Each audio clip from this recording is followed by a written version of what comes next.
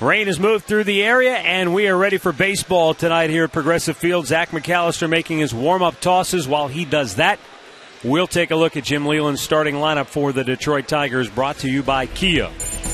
Austin Jackson, Quentin Berry, and Miguel Cabrera at the top. Jackson and Berry have done a terrific job. They've combined for 7 hits in the series. Fielder, Young, and Bosch in the middle. Then Alex Avila. Ramon Santiago starts at short. Omar Infante will bat 9th. Zach McAllister on the mound for the Indians, brought to you by MLB.com at Bat 12. Follow the Indians everywhere, making his 10th start. 4-2 record, 321 earned run average in his 56 innings, 52 strikeouts. He's done a nice job. He throws a lot of strikes. He has had one start against the Tigers earlier, May 23rd, went 6 1/3, 8 hits, 2 runs. It was a no decision. So for Zach, you have to pitch a good ball game knowing you're going up against Verlander. So hopefully he can shut him down and the Indians can take a lead early like they did the last time.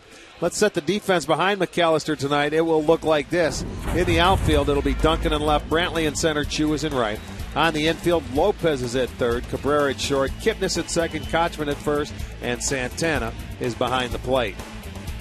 And speaking of behind the plate, Tim McClellan, the crew chief, will call the balls and strikes tonight. Ted Barrett is at first, Marvin Hudson at second, Brian Runge down at third.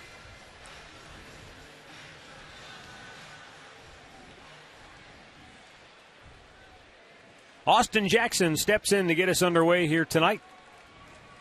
3 for 9 in the series. And McAllister's first pitch is a fastball for strike one.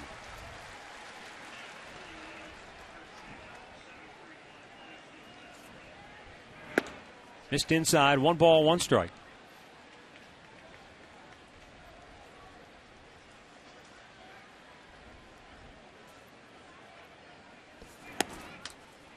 So important for the Indians to get off to a good start. And what I mean by that is they've been outscored by 25 runs in the first inning collectively on the season. They've given up more first inning runs already this year than they gave up all of last season. And with this offense, you don't want to have to continually play from behind. The 3-1. Right back to the screen, a full count.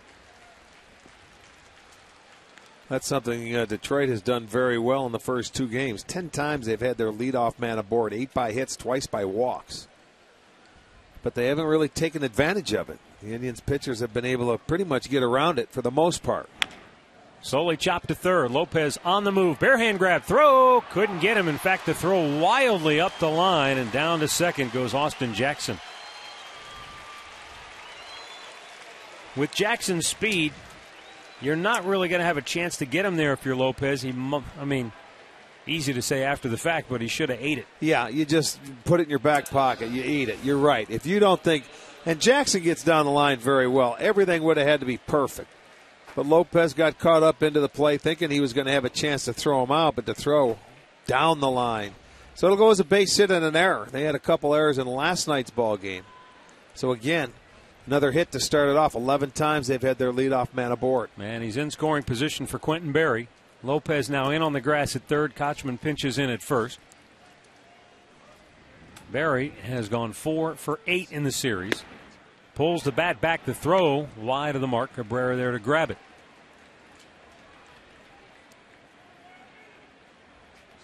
Berry has shown very good bat control at the plate. He's been able to slap it by infielders and serve the ball to the opposite field.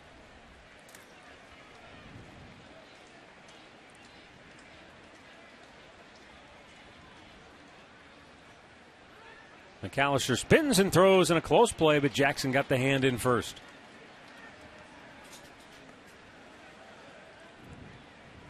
Not a bad job of trying to keep him close there at second base. We'll see how Jim Leyland plays it. I don't think Jim likes to bunt a whole lot, especially early in the game, but you certainly do try and get Verlander a run anytime you can early. And a bunt foul attempt by Berry, 1-1. Now, what Manny Acta talked about the other day when he was asked about bunting is if you're Jim Leyland, you don't mind giving up an out because you've got Miguel Cabrera. You get that guy to third, you've got a pretty good feeling that Miguel Cabrera will get that guy home. And if he doesn't, you've got Fielder following him. Well, that's one way to look at it. He's trying to get his big horse that's going to be out on the mound to run. And you don't necessarily have to do it on bunting. You have to trust this kid to pull it, to pull the ball. Whatever job you have to do. I don't care if you can bunt him over. This is a younger player, so he may dictate what he does. But when you have a veteran player, they know what they have to do. You either pull it. If you can't pull it, you bunt him over. Right back to the screen. It's 2-2.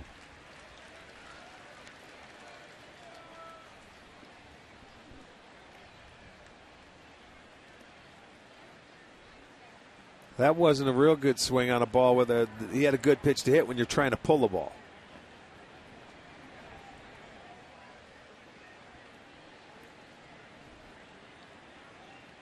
The 2-2. Kind of a half swing foul back. He served out 3 hits the other way last night. So you can see that one's he didn't want to swing at it. He fouls it straight back.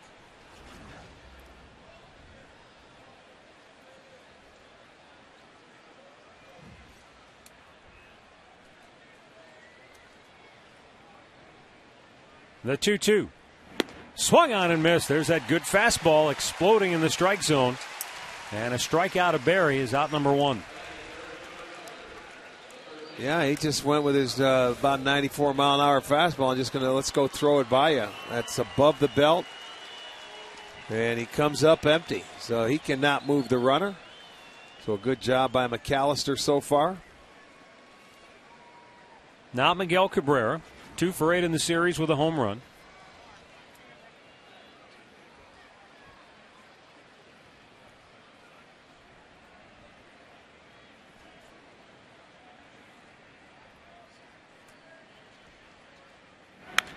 And a fastball fouled away.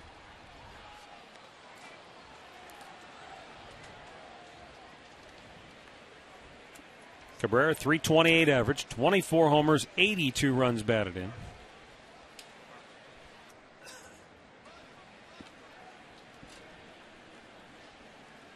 Austin Jackson at second base with 1 out. Missed inside with it. This is Cabrera's 5th at-bat with a runner in scoring position in this series. He's 1 for 4. That was the base hit yesterday in the first inning. This guy, he's just good all year long. Do you ever see him in a slump? It's rare. I know we don't. Whether it was a slump or not, I don't know, but the Indians handled him earlier in the season. Both him and Fielder, when it comes to guys in scoring position, they do. Or they have to this point. That's why they're 6-2 against the Tigers.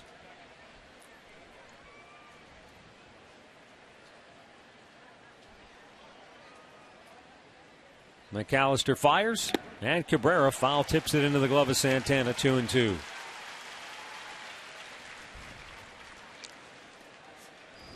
Comes a good slider from Zach. See, that starts away and it just goes straight down. Good pitch. And it's on the plate, so Cabrera taking a whack at it. Now the 2-2. Fastball low and away. Full count.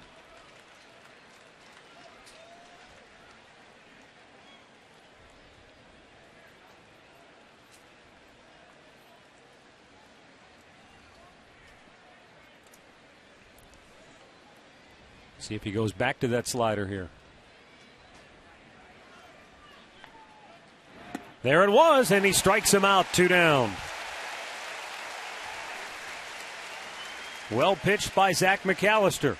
Well, yeah, he got Cabrera to go ahead and swing at his pitch. I'm not so sure this was a strike. It was out of the zone. Cabrera maybe tried to expand his zone a little bit. But he goes down swinging. That was a good pitch.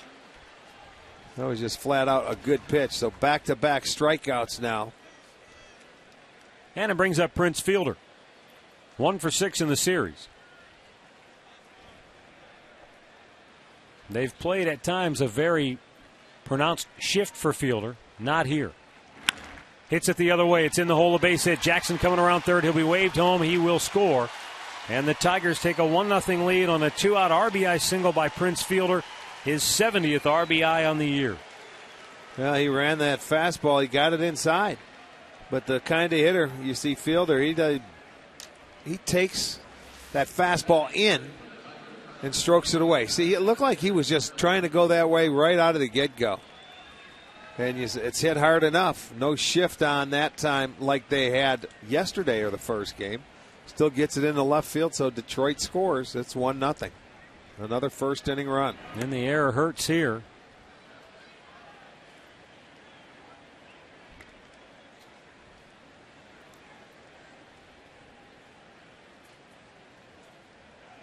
Without the error, Jackson is at second base.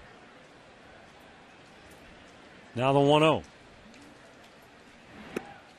And Delman Young takes a look at a ball inside. It's 2-0.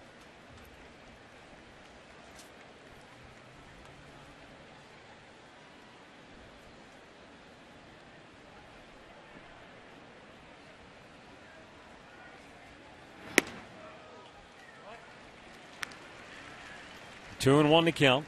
Young, 10 homers, 41 ribbies. He's doubled 15 times.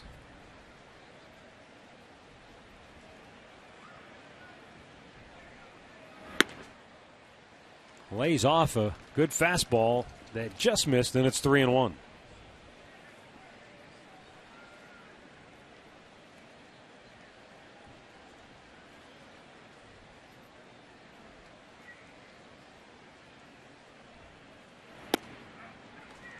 At the knees, a full count. Now, Young has shown a propensity to chase the slider. Yeah, he did last night in his first two at-bats.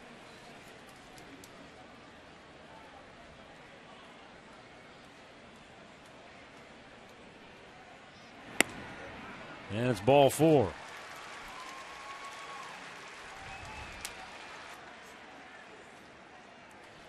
And our stat of the game brought to you by your Northern Ohio GMC dealers. Within the Central Division, the Tigers are starting to take off. 21-15 on the year now.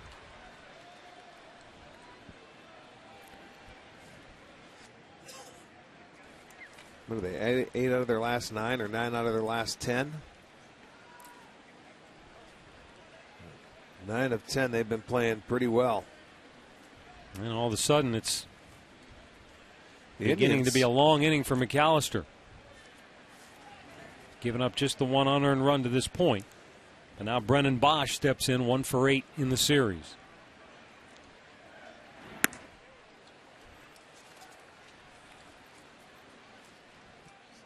"13 balls, 13 strikes for the Indians right-hander.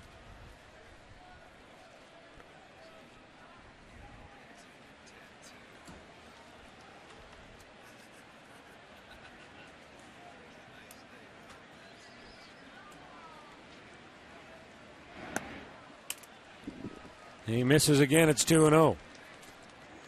Well, he came down and got back-to-back strikeouts, and then it looked like Fielder sort of broke a little bit of that confidence when he stroked that fastball inside out and went the other way with it.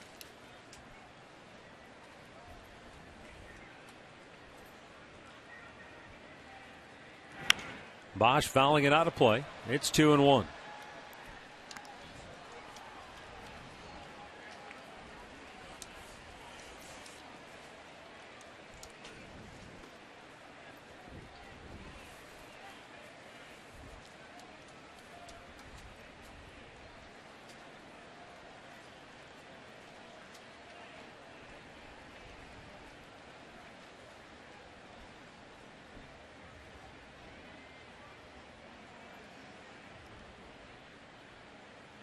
Now, the one chink in McAllister's armor so far is when the defense has failed behind him. He's had a tough time picking them up. He's allowed 9 unearned runs coming into tonight's game. And for now, that run is an unearned run that's been accounted for so far. It's 2-2 now on Bosch.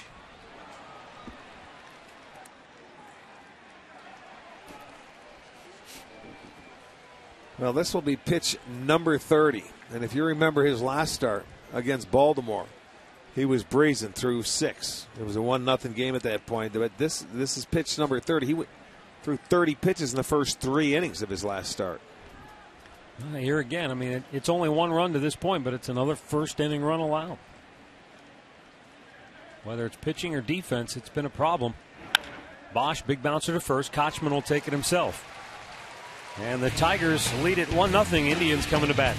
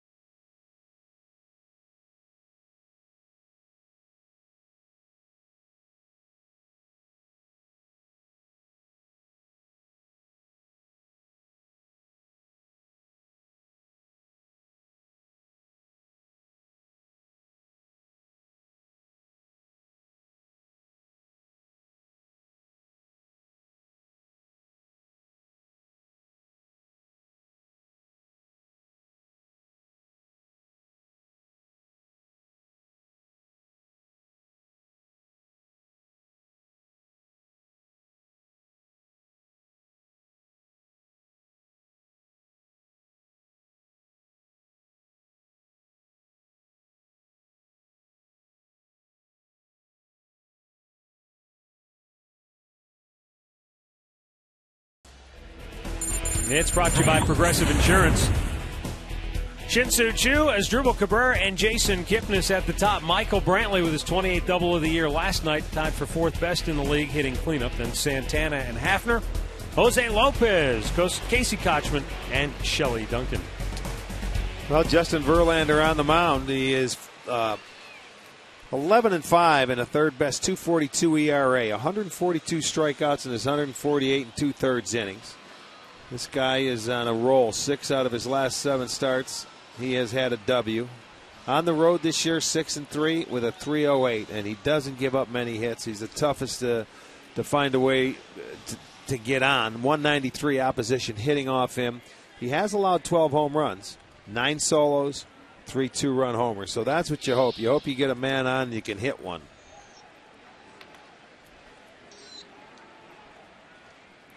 Shin-Soo Choo drives one deep center field. Jackson chasing back off the top of the fence.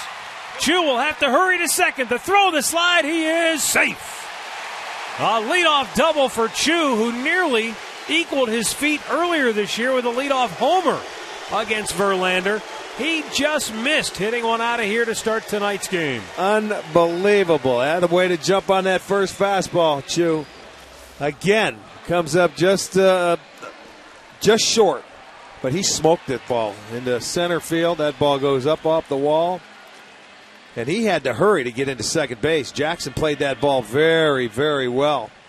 Gets it in there on the throw, but there you can see he slides in safely. Well done. Well, now an opportunity for the Indians to come right back here, bottom half of the first inning, as Asdrubal Cabrera steps in. 4 for 8 in the series with a double.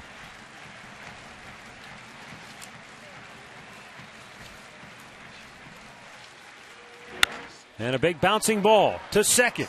Infante has to wait. Fielder does get there to grab it to retire Cabrera. And Choo gets to third. That was nearly a disaster because Fielder and Verlander were there at roughly the same time. But Fielder was able to get his glove on the ball to record the first out. Well, Cabby pulled the ball. It looked like it hit the lip of that grass out there and took a big hop over Fielder's head. He thought he was going to get it, but he still had plenty of time to get over there. One deep breath there by Infante. Now the Tigers will bring the infield in for Jason Kipnis with the tying run at third base. Kipnis 1 for 7 with a double in the series. Well, let's see if he reaches back and tries to get extra gas on his fastball in the first inning. Because when he comes out, a lot of times it's 90, 92 until he gets into a rhythm. And then later in the ballgame, when you get the 7th and 8th inning, that's when it gets cranked up to 98, 97, 98, and even higher than that. Jason Kipnis 0 for 6 in his career against Verlander. Man, he looks at ball 2.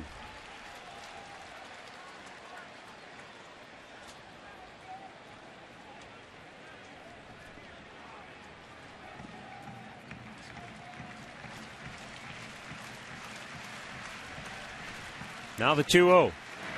Kipnis with a fly ball to deep left. Back is Barry. Still going back. Makes the catch and crashes into the wall, hanging on for out number 2. But tagging and scoring is Chu, and the Indians have tied the game. Get him over, get him in. Yeah. Kipnis with RBI number 54. Nice job by Cabrera and now Kipnis, because they do their job. Get him in. It's a 1-1 ball game. Leadoff doubles very well, but then Barry had to run it down. This could have been an extra base hit. Kipnis stayed on the ball nicely to go the other way. Now, remember, the track's wet out there. You can see the puddles on the warning track because we had a pretty good rain here. That's a terrific play by Barry. Now Brantley launches one to center. Back is Jackson, and he'll make the catch on the track to end the inning. So a couple of loud outs, a leadoff double, and the Indians have come back to tie the game at 1.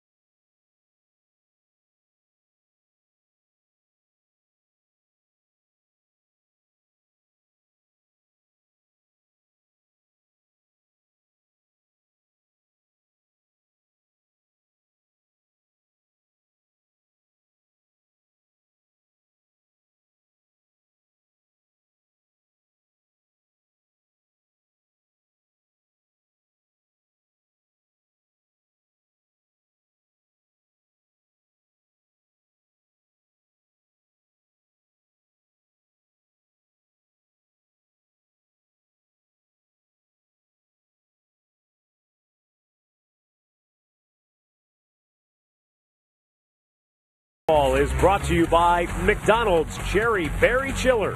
Cherry and raspberry flavors blended with ice and 100% fruit juice. By AT&T, the nation's largest 4G network. AT&T, rethink possible. And by your Northern Ohio Toyota dealers. That's the end of a long homestand here, and the penalty box is going to fill up fast tonight here in the booth. Alex Avila will lead off for Detroit here in the second inning. And McAllister with the first pitch, strike. Well, that's a nice response run by the Indians to come right back. Double, get him over, get him in. Fouled back, it's 0-2. Oh, it's just nice to see them be able to execute. Well, you try to do it every time, and you can't do it every time. But, I mean, when you have to do it against a guy like Verlander when you're facing him. You can't miss an execution against those guys because they're few and far between. It's like when you face a David Price. There's only so many times you're going to get a chance if you get a runner in scoring position. So you have to take advantage of it, and they did. Avila fights it off. 1-2 the count.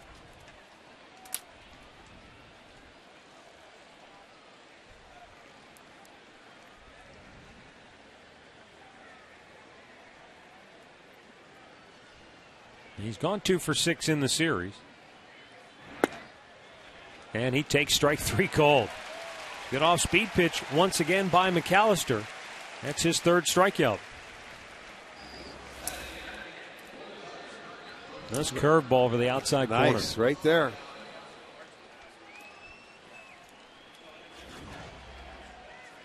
So here is Ramon Santiago. And in on the grass at 3rd is Jose Lopez. Right back up the middle. Cabrera with a diving stop from his knees, throws, pulled Kochman off the bag with it. And Santiago reaches with an infield single. Nice try. Nice try. Santiago was getting down there. He's getting the start tonight at short instead of Johnny Peralta. And it gets by McAllister. He's going for a late kick save, but look at, in comes Cabrera. Couldn't get enough on it. He realized that Santiago was getting down there. Even a good throw, Matt, I don't think would have gotten him at first. If he was right on the money with it, maybe it would have been bang bang. Would have been awfully close. Still, as you said, a heck of an effort by Asdrubal. Omar Infante.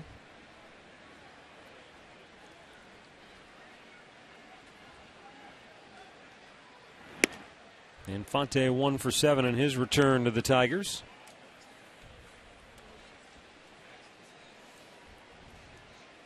Infante batted .287 with Miami this year.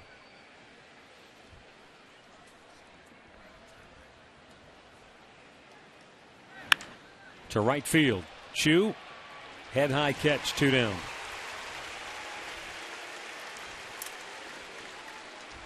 And before Austin Jackson steps in, let's step away for station identification. You're watching Cleveland Indians baseball.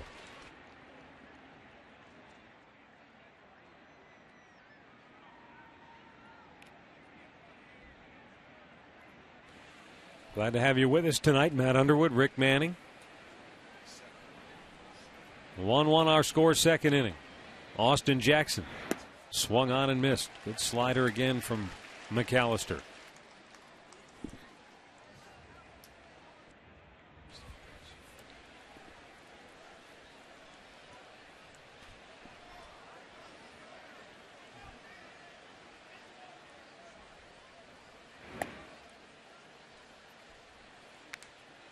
One and one.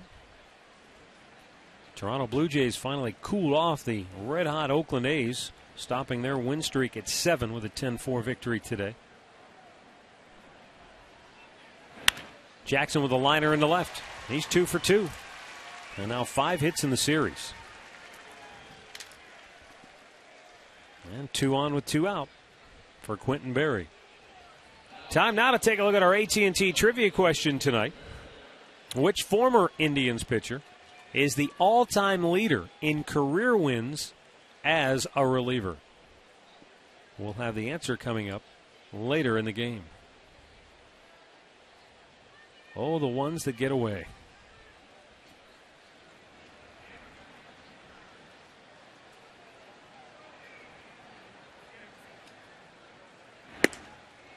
First pitch fastball for a strike to Berry, who went down swinging his first time up.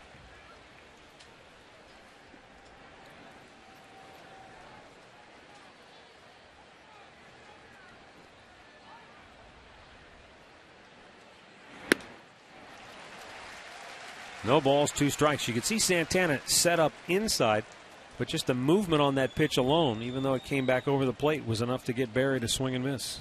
Well, he threw the fastball by him in his first at bat upstairs. About the belt, it was up. They're going back in.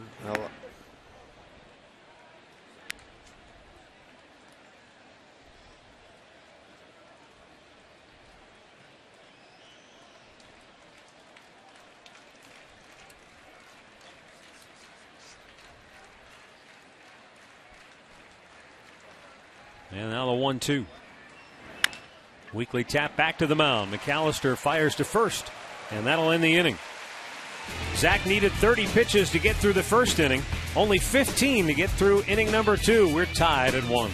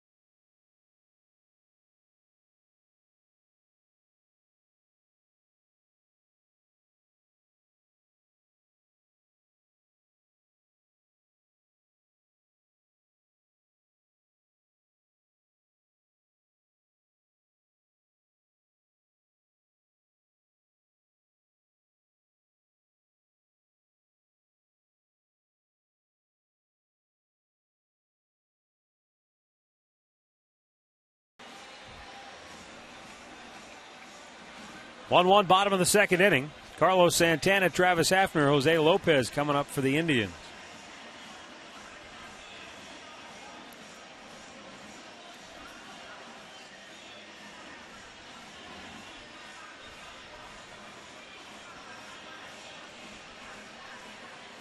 Santana 2 for 7 in the series with a double.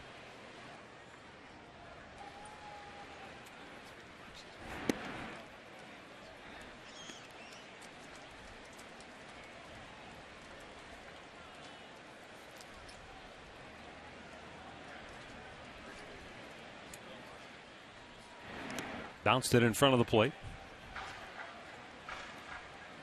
The way the Indians took aim in that first inning, I wonder, does Verlander make immediate adjustments, maybe more off-speed pitches early in counts? Well, he may earlier start throwing maybe a breaking ball or a changeup. Yeah. Get me over, strike one instead of coming right at him with heaters. There's the changeup. Fielder with the flip, 1 down. Let's take a look at the Tigers Home Depot defense this evening. It's Berry in left, Jackson in center, Bosch in right, Cabrera at third, Santiago at short, Infante at second, Fielder at first, Avila behind the plate. More savings, more doing. That's the power of the Home Depot.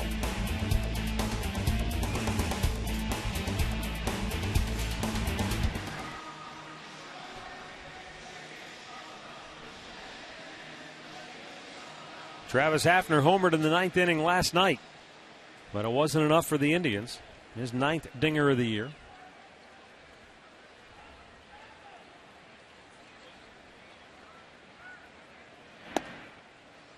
His other hit in the series came also in his last at bat, and that was a triple that led to the game-winning run in the series opener.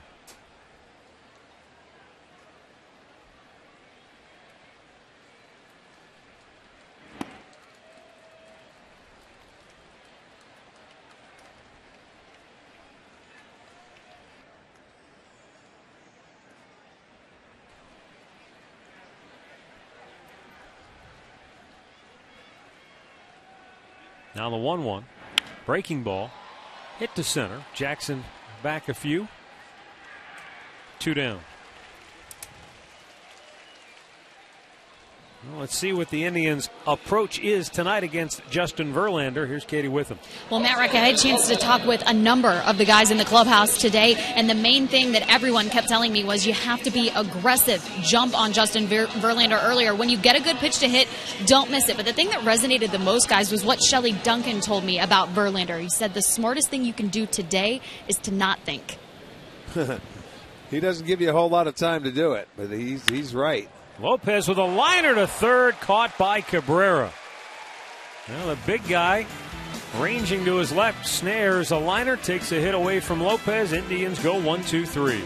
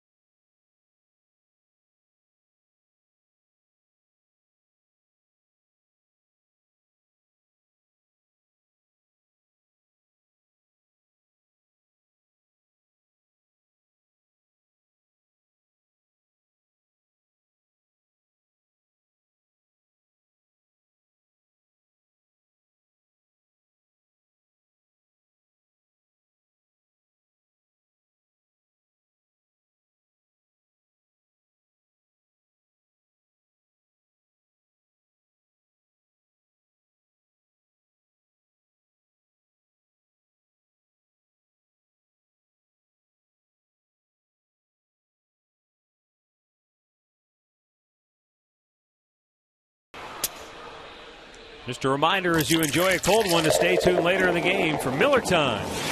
Brought to you by Miller Lite.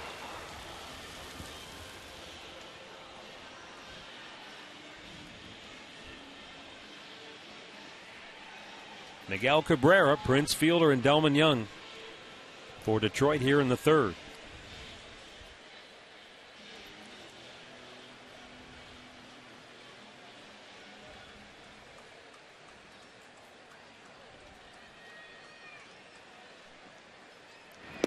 And he starts him off with a breaking ball for a strike.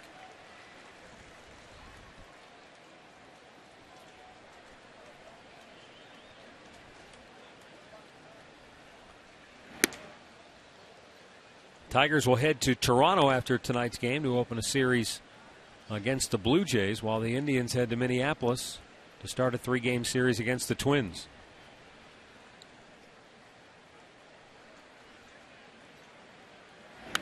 Fouled back out of play. 1 ball, 2 strikes. We'll have that game for you Friday night at 8 on Sports Time Ohio.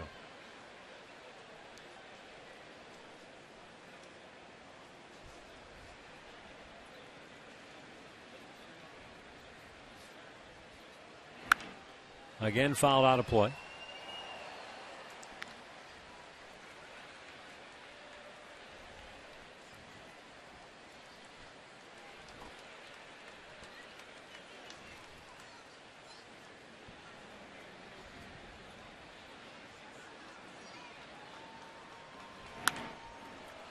Always amazes me watching people go after those foul balls, that the ones that really have some steam on them. Yes. I was listening to a guy talking on the radio the other day. Said he was at a game out on the home run porch, and he said somebody cranked one, and he said I was there to catch it, and as I got closer I realized that ball's coming really hard, and he got out of the way and it just smoked the guy standing behind him right in the chest. That's how it always happens. You know, when you think you've got a beat on it and all of a sudden you're realizing how fast it's coming, it's uh-oh. You bail and whoever's behind you gets smoked.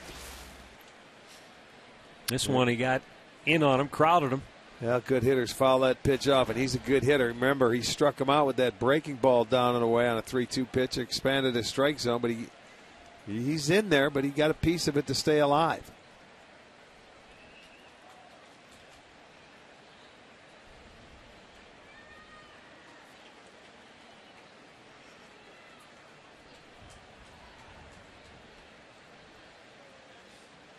Wants a fastball away. Another foul ball. Yeah, just wasting him. He's just staying on it and waiting and waiting. You know what he's doing? He's fouling that fastball away, waiting for that slider again. He's saying, throw it to me one more time. And if you hang it, he's going to bang it hard.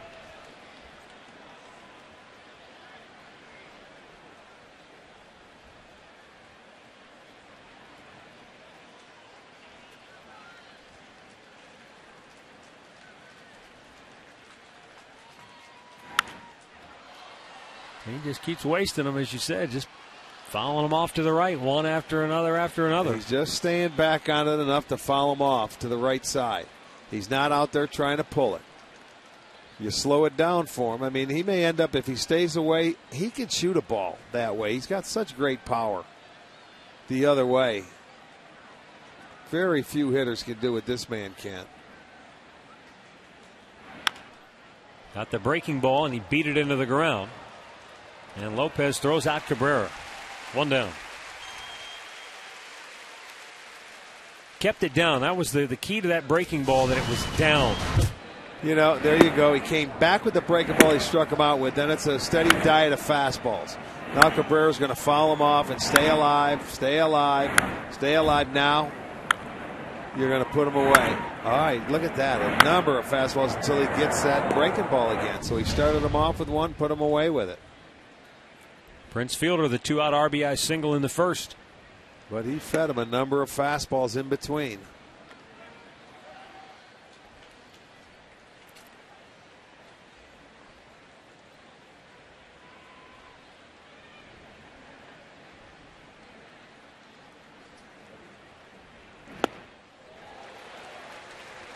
Boy, the change of pace had Fielder out in front as he was swinging for the fences.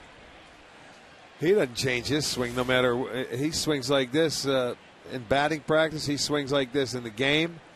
He has the same swing for it doesn't matter.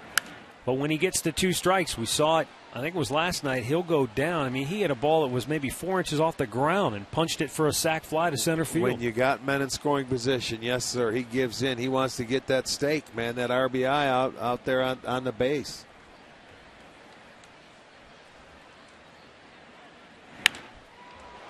And he yanks this one into right field, just beyond the reach of Jason Kipnis for a base hit. He's 2 for 2. 5th hit of the night for the Tigers.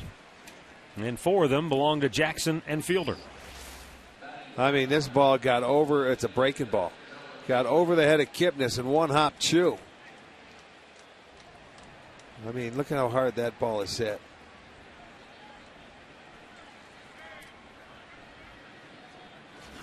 Brings up Delman Young. Pop back out of play.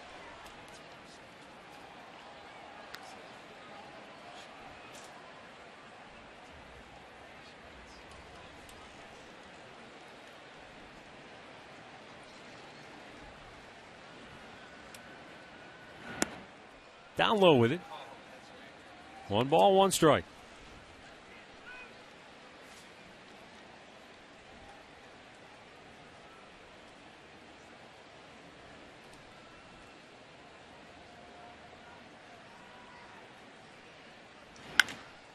In the air, right field, Chu on the move. And we have 2 down in the 3rd. Well, load up on all your favorite ballpark food down here at Progressive Field. All for just $8. You get the Hot Dog Classic Combo deal. It includes a Sugardale all-beef hot dog, 16-ounce Pepsi, and a large popcorn. Or they have the Brat deal. Includes a Brat and a 12-ounce beer. Both combos are just $8, so log on to Indians.com for the tickets. Runner at first with 2 down as Brennan Bosch steps in. He bounced out to first to end the first inning. And he couldn't help himself on that pitch. It's 0-1.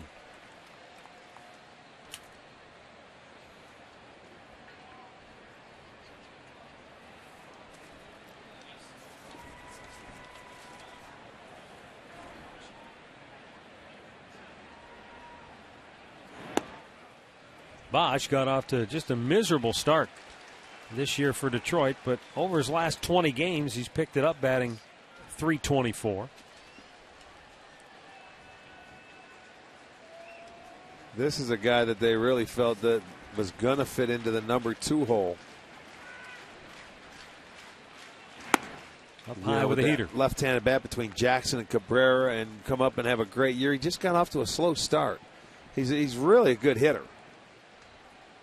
But, you know, the league has made some adjustments on him. Now it's time for him to make adjustments back to the league. He has good pop. He's a good low ball hitter. Beats it into the ground again to first. Kochman again will take it. And the inning is over.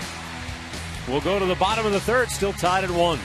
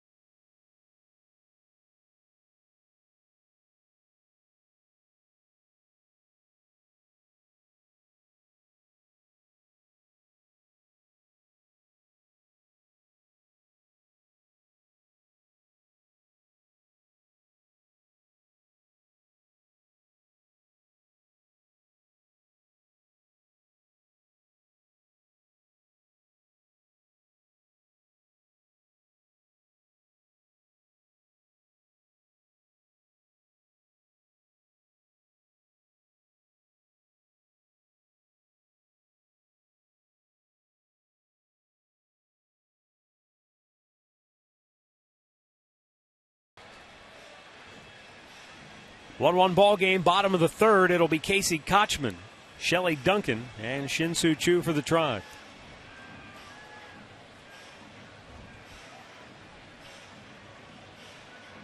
Shin-Soo Choo led off the game with a double off the wall in center. Went to third on a ground out, came home on a sac fly.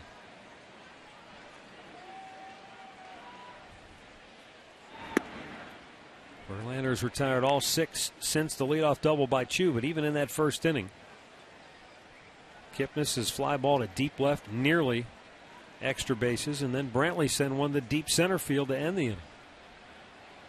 You know, this is the time. That's usually the time you want to get guys like Verlander, especially. Takes him a couple innings to settle in. Our great clip of the game last night came from Casey Kochman, his 2-run homer. Made it a 1-run game and got the Indians right back in it. Great clips. It's going to be great. Kochman with 10 home runs, just 2 off the team lead. Choo and Cabrera each with a dozen. Kipnis has 11. That's what he had all last year, was 10.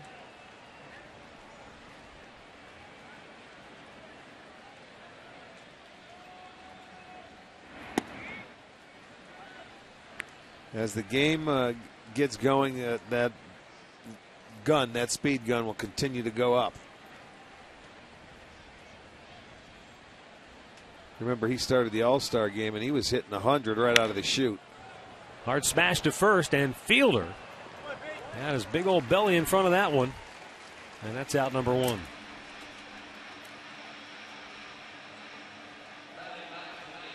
League leaders brought to you by your Cleveland Akron area Lexus dealers. Jared Weaver at the top of the ERA chart in the AL, followed by Chris Sale of the White Sox. And then Justin Verlander, followed by David Price. And now all of a sudden you're starting to hear at least rumors about Felix Hernandez potentially being available. I would think you'd have to get a king's ransom if you're going to move him. And I'm sure Jack Zarinsek, if he's going to listen, it's going to have to be a boatload. Yes, you would think so. He's one of the top 5 without a doubt in the league.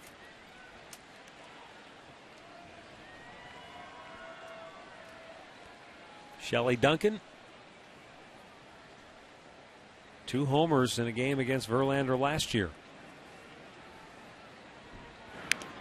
Off speed pitch, fouled back. It's 0-2.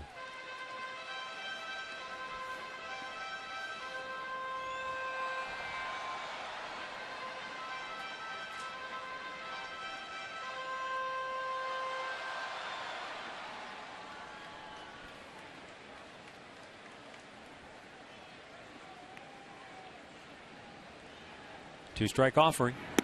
Down low.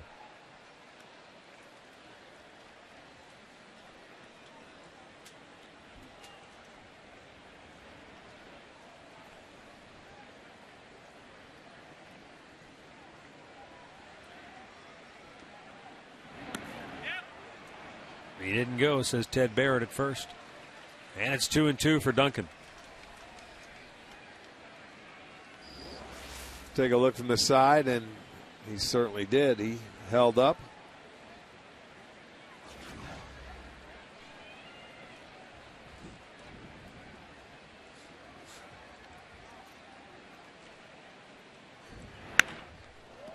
Hung a slider that time. Duncan slams it fouled on the left side. Stays 2-2.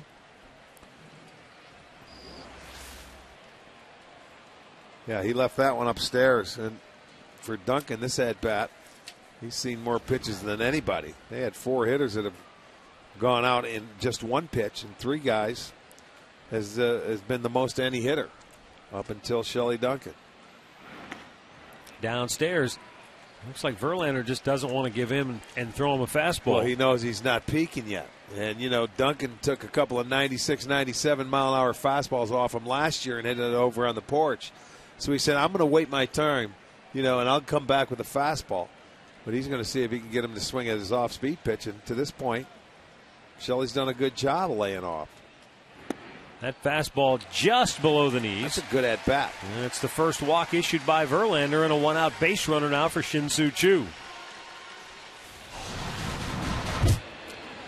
Our Ford highlight reel brought to you by your Northeast Ohio Ford dealers. Earlier this year, Choo led off the game with a homer off Verlander. Tonight, he almost did it again. Boy, not by much. Another day, he needed another piece of sushi. There you go, 2 in a row. But I'll tell you what, he's swinging the bat very well, catching up to that fastball, hitting line drives. Home runs are byproducts of good swings, just like he's been putting on the baseball, and they'll start coming. But I'll take those doubles. Choo's got 32 of them this year, trailing only Gordon with Kansas City. Threw it by him there, good fastball. Outside part of the plate. We'll see Gordon, Alex Gordon, and the Kansas City Royals on this upcoming road trip.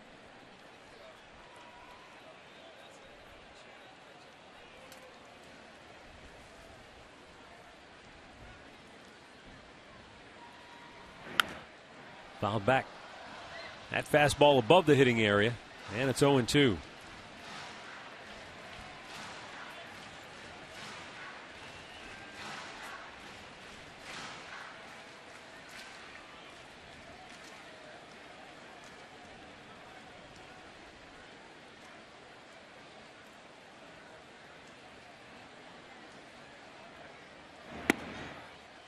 Inside off the dish.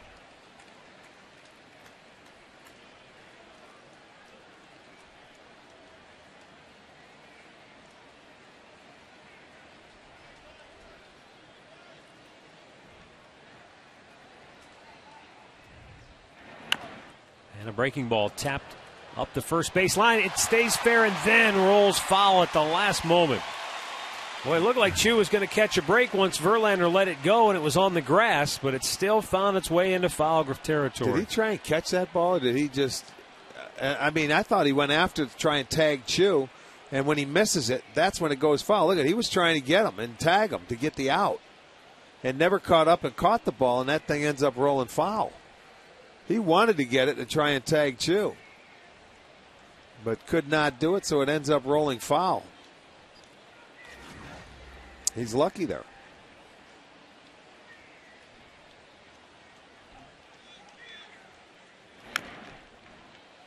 Choo, a nice job to protect there and spoil a pitch.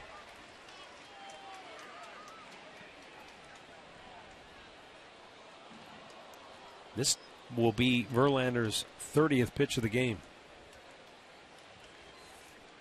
Zach McAllister's already used 64 pitches through the first 3 frames.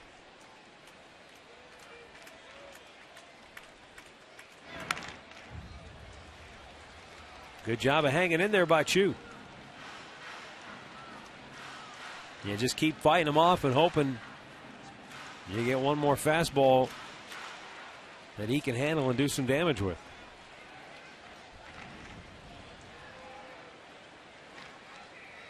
Well, he's throwing a little harder now than what he was to start the game. Second time through, seems to be cranked up a little.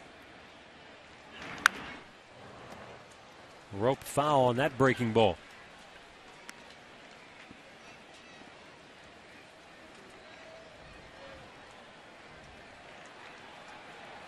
So good AB for Chu. This will be the 8th pitch of the at-bat, and it's still a 1-2 count.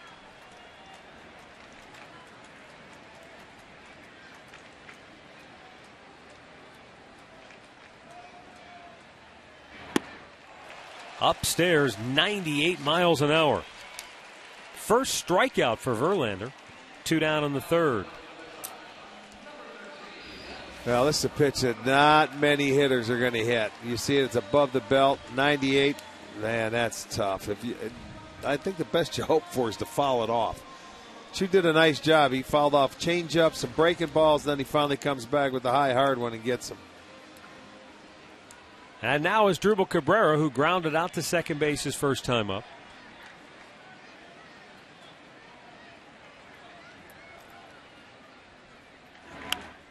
Fouled back.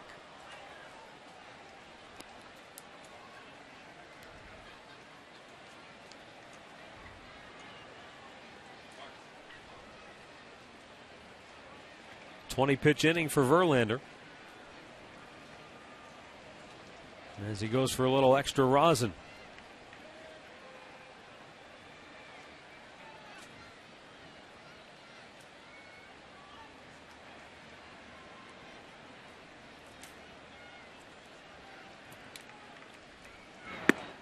Again, that high fastball just above the belt. Well, he didn't have anything above 95 in the first 2 innings, and he's thrown 5 pitches in this inning over 95 or above. So he's starting to get loose, I think.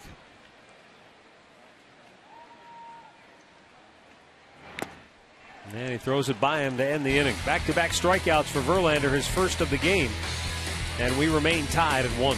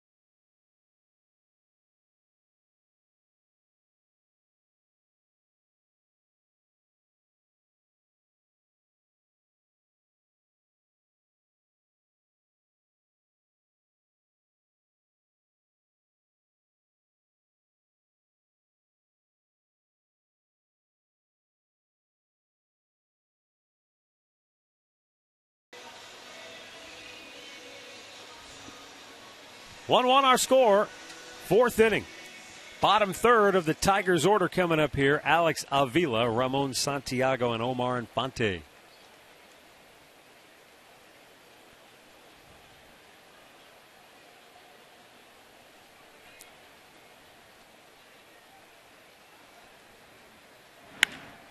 Line drive, base hit, center field. Brantley on the move. He'll try to cut it off. He does. Avila turns, puts the brakes on in a hurry. And a wise decision. Brantley made a good throw to second. And the Tigers with a leadoff single. Their second of the game. Well, they have had a hit in every inning. Second time tonight that they let off with a hit. That's a little breaking ball that he left up. Out over the plate. Avila spanks it into right center. Good job to cut it off.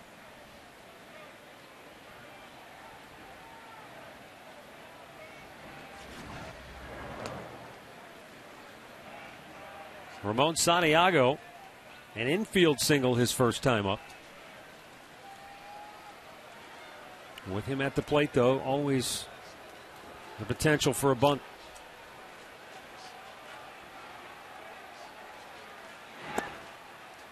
Takes it slow, ball one.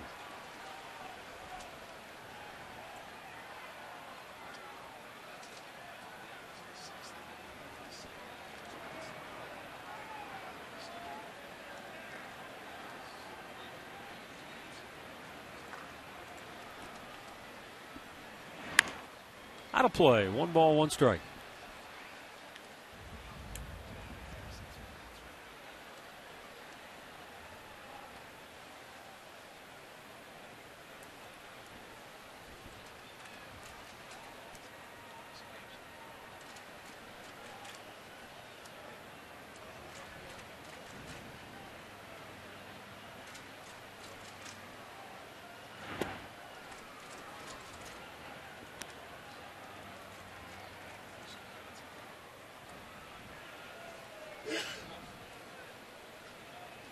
Two balls and a strike.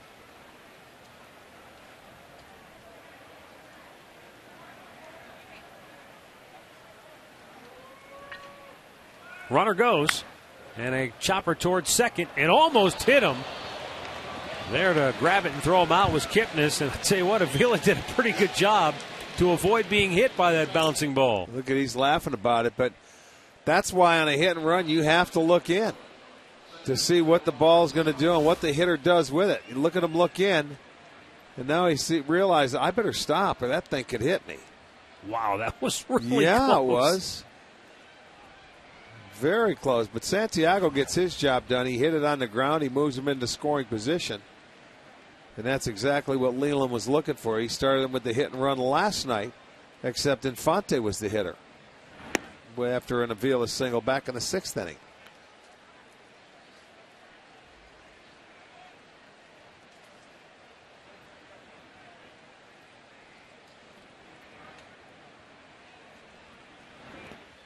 It's away from Santana, but Avila holds at second.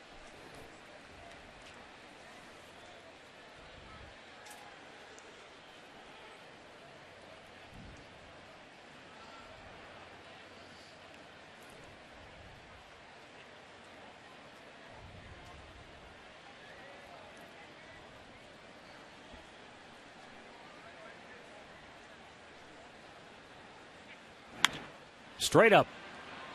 McAllister points to Kochman, who says he's got it, and then Kipnis calls him off. 2 down. Let's go back downstairs once again. Here's Katie with him. Well, Matt, everyone out here at the ballpark tonight is enjoying $1 hot dogs courtesy of Sugardale. Your next chance to catch Dollar Dog Night will be Thursday, August 9th. The Boston Red Sox will be in town. If you need your tickets, you can get them now and save at Indians.com. Thanks, Katie. I love those dollar dogs. Well, Dollar Dog Night tonight, and we'll have another one coming up next homestand. And Austin Jackson takes a strike.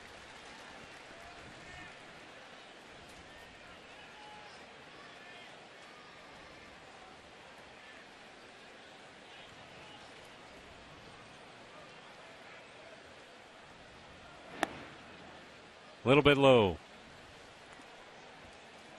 Zach McAllister was a 3rd-round pick of the Yankees back in '06 out of Illinois Valley High School.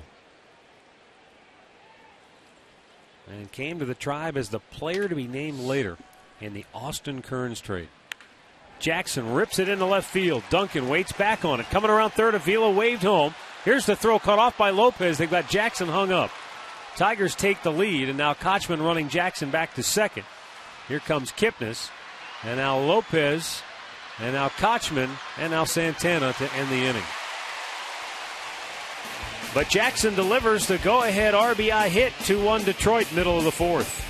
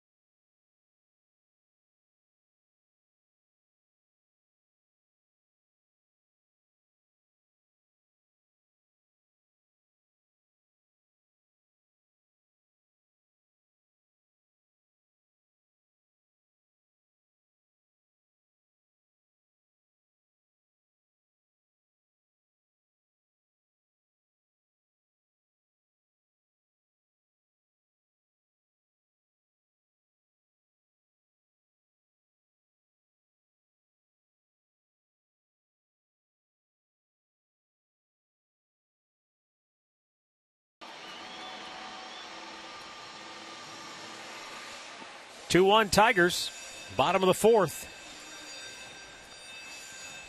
Austin Jackson with a 2-out RBI single to put Detroit in front.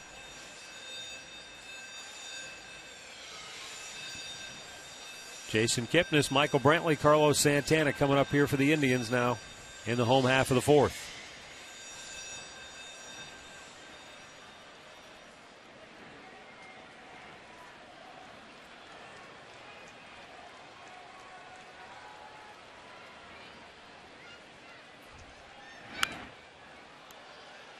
Well, unless the Indians can get to Verlander and make him throw a lot of pitches, the way he's going at it from an efficiency standpoint, he's in it for the long haul tonight. Well, that's their approach. I mean, Katie said they're going to be aggressive. Yeah. You know, so you don't want to fall it off.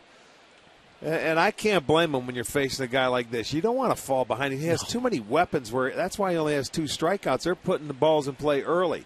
So you go one of two ways. Do you want to try and make him work, and get to his pitch count, or do you want to try and be aggressive and hit maybe a better pitch earlier in the count?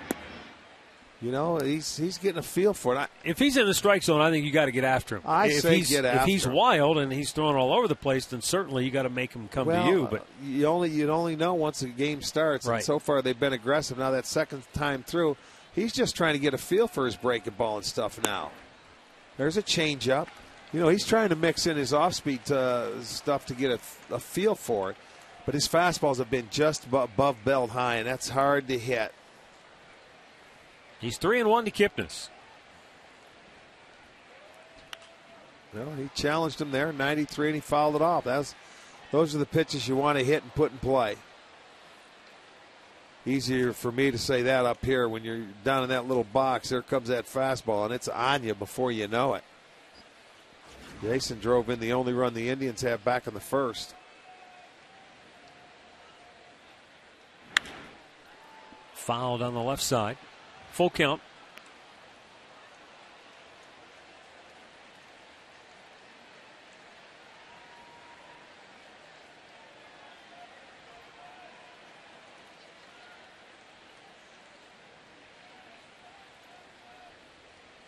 And the 3-2. Popped him up. Is it playable? Long run in the seats.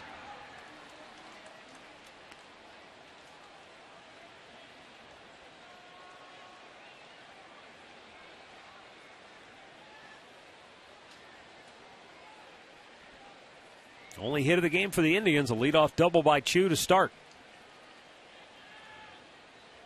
Only other base runner, a one-out walk by Duncan in the third.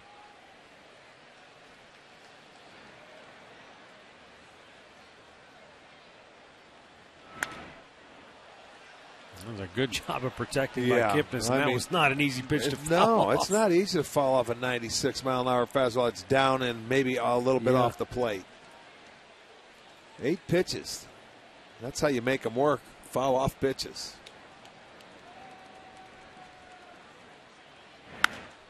High fastball. Kipnis able to spoil it again. I give him credit, though. Verlander keeps coming back and pumping him.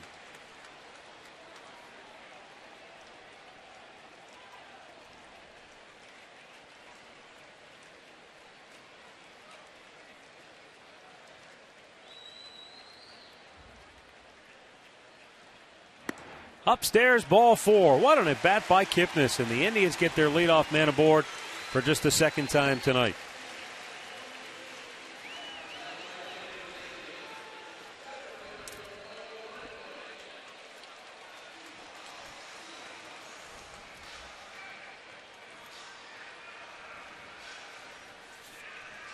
And we'll bring up Michael Brantley, who flied to deep center his first time up.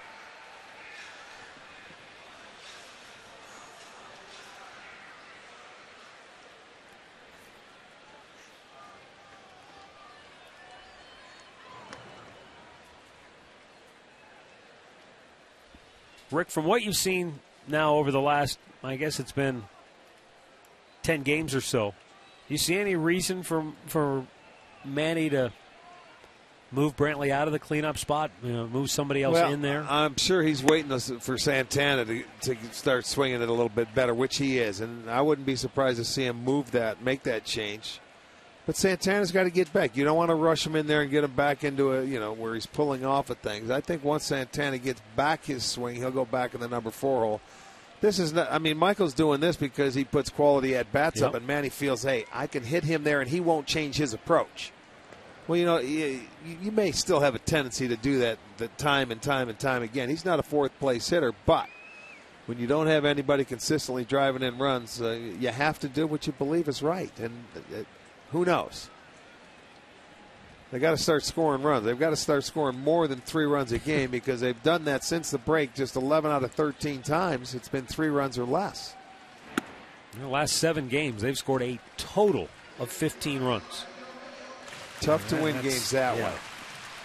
And everybody, you start breaking it down when you don't score and you start, criticizing the pitching or that bullpen shouldn't have gave up the 1 run. You can't play perfect baseball. It makes it difficult. When you score and you can't, you've got to score if you make mistakes. You make a couple of errors, you're going to have to score to make up for that. Brantley bloops one toward left field. That's going to drop. And Kipnis will stop at second. The Indians have 2 on with nobody out now here in the 4th. Okay, there's your chance now. 1st and 2nd. Let's see what they can do. And now Carlos Santana will bat with 2 on and nobody out. And when we say Michael's not going to change, he's had good numbers against Verlander in his career. And, hey, that's a good pitch. He just fights it off and bloops it in. There's nothing you can do about that. If you're Verlander, you make the good pitch. Brantley, that's 10 hits out of 21 at-bats for Brantley. And that's why Brantley hasn't hurt you in the 4 hole. It's just that, as you said, he's not a 4 hole He's not hitter. a run producer like that. You like guys that can get up in situations because you're not bunting here, and Manny doesn't like to bunt, that you can get 1 swing and you can get 3 runs here. Drive down 2-1, bottom of the 4th.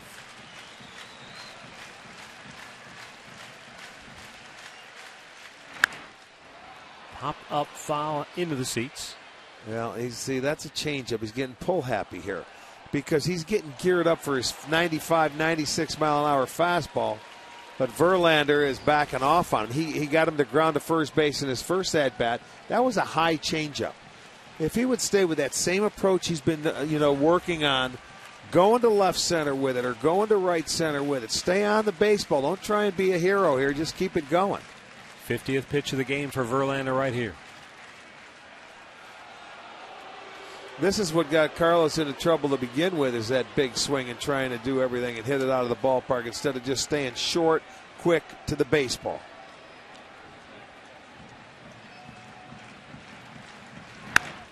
Grounded to first. Fielder goes to second. They get the out there. And the return throw is in time for a double play.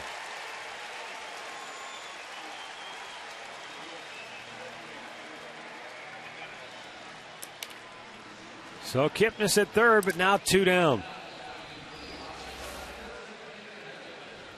Well, look at Verlander get over there in plenty of time. Fielder didn't even have to worry about getting back. He's a perfect first baseman. He's about 6'6". Look at him get over there, the stretch. That's a good play. That's what he was looking for. Santana rolled over on the grounder.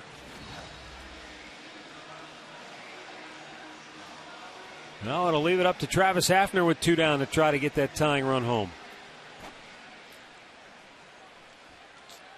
Hafner flied to center his first time up.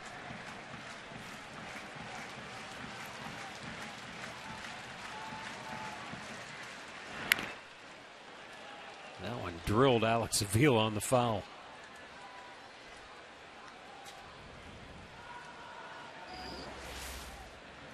Another changeup, wasn't it? Yes, it was. That goes on the inner part of the thigh. Ooh. There. That'll leave a bruise. He's starting a lot of guys off with changeups. Yeah. You know, he's not giving them fastballs. He knows that these guys are searching the fastball. First time through, he saw it. He learned something. He sure did. So now he's starting them off-speed pitches. And then when they get settled in and say, uh-oh, you put that thought in the back of their mind, then he can ride the fastball in there on them.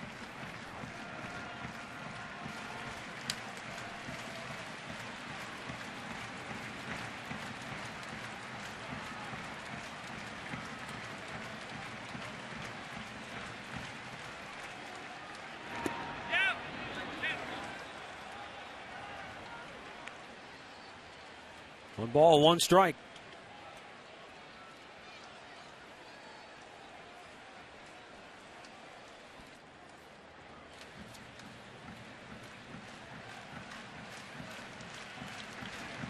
Tying run at third.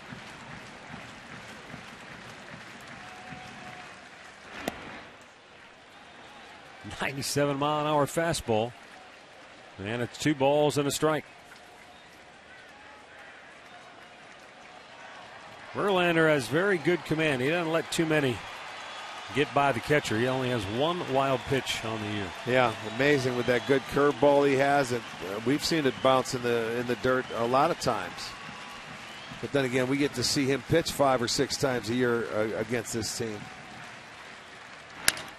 Broke his bat, and a 1-hopper to short. Santiago throws him out. 4 complete. 2-1 Detroit.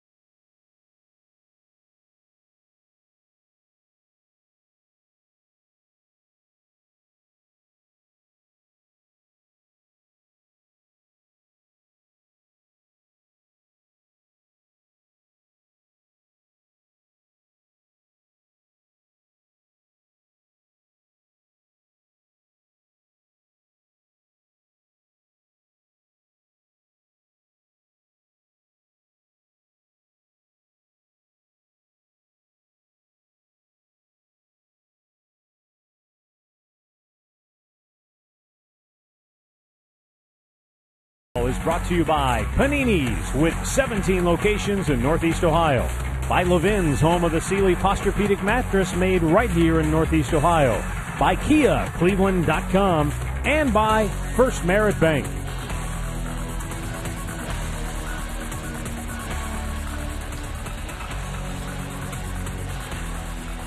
Two-one Tigers. Fifth inning. Indians, boy, they had a great opportunity. 2 on, nobody out to start that inning. But Carlos Santana bangs into the double play. Hafner grounds out. And Verlander maintains a 1-run lead. Zach McAllister throws it by Quentin Berry for strike 1.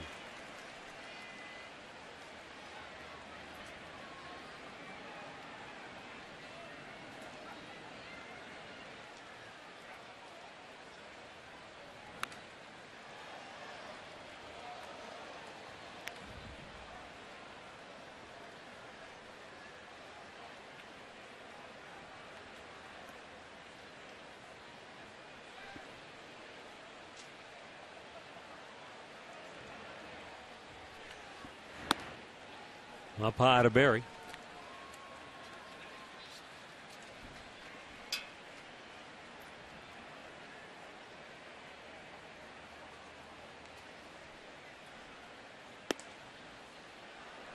And he's out looking. Fourth strikeout for McAllister. Second called third strike of the night for the Tribe right-hander. One down here in the fifth.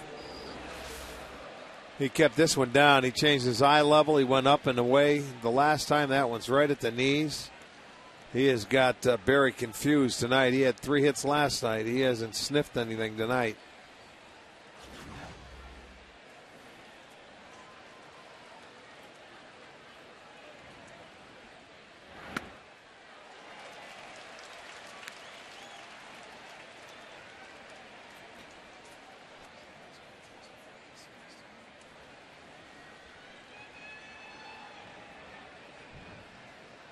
McAllister lets it fly outside, just off the plate.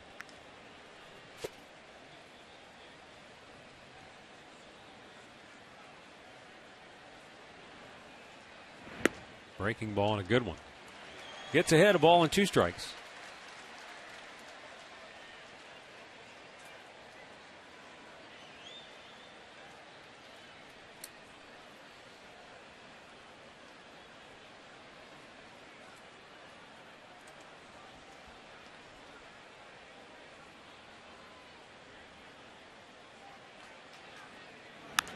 That fastball popped up out of play.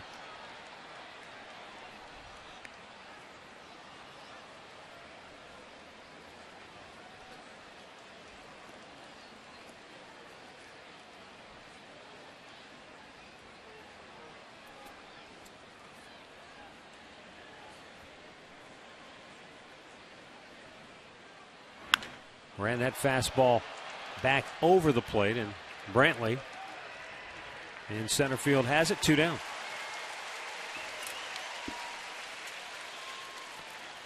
I'll tell you, he's pitched Cabrera pretty well tonight. He came back this time, started him, got him to swing at that little front and fastball. Missed away with it, had a good breaking ball. Now he's down to the count 1-2. He fouls off a fastball.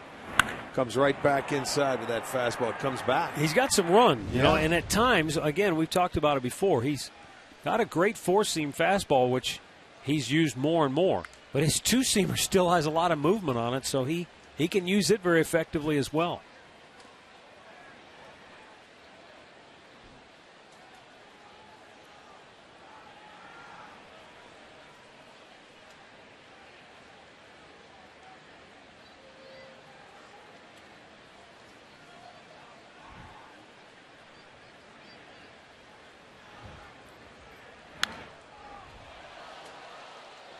That fielder with a foul back, no balls, 2 strikes.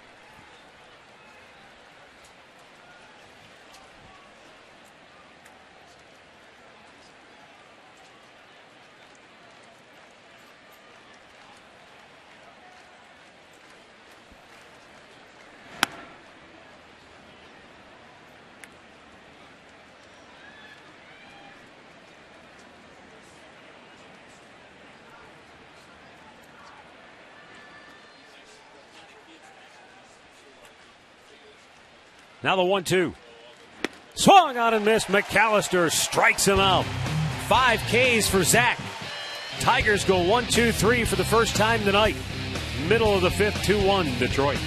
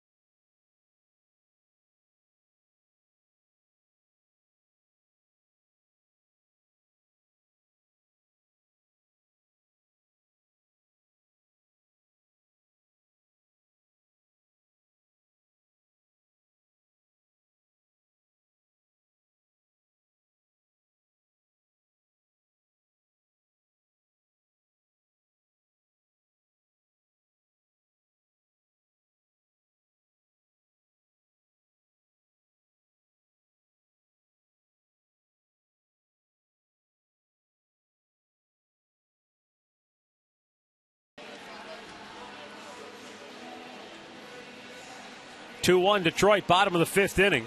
Bottom third of the Indians' order coming up. Jose Lopez, Casey Kochman, and Shelley Duncan.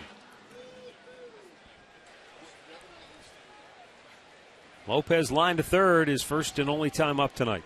Yeah, and he hit that first fastball that Verlander offered. See if he comes back. Change up or breaking ball this time.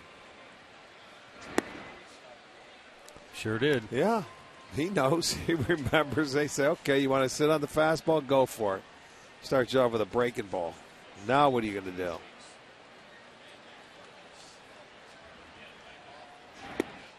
Another breaking ball. You know, to your point about Verlander and how he starts to ramp it up as he gets a little deeper into the game. First 2 innings, he didn't throw a single pitch above 95. In the last 2 innings, 14 have gone above 95. Right. It takes him a couple to get loose. That's why when he started the All-Star game, he was out there and he was throwing 100 miles an hour from like the first pitch or second pitch, which is not it's totally unlike him. He got caught up into all the hype and hey, here we go, it's an All-Star game, I'm starting, they want to see me. Well, it takes him two innings to get loose, and he's gone anyway. So he came out and was totally out of the realm, and they scored 5 runs off him. Breaking ball, and he just made him look bad right there. 3 strikeouts for Verlander tonight. 1 down in the 5th. Game recap brought to you by your Northern Ohio Toyota dealers. Prince Fielder, a 2-out RBI single in the first, an unearned run for the Tigers. Kipnis came right back, bottom of the first, scoring Chu, who had doubled with a sac fly. And then another 2-out RBI hit in the 4th by Austin Jackson, putting Detroit on top 2-1. Find out about more than 30 Toyota offers available now at buyatoyota.com. Casey Kochman shoots it out of play.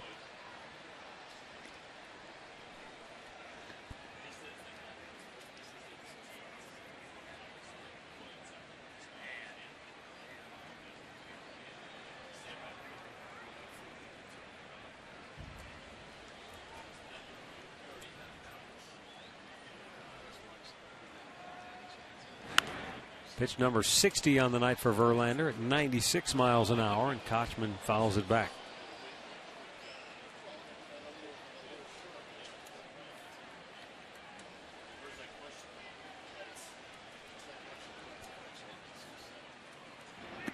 Breaking ball in the dirt.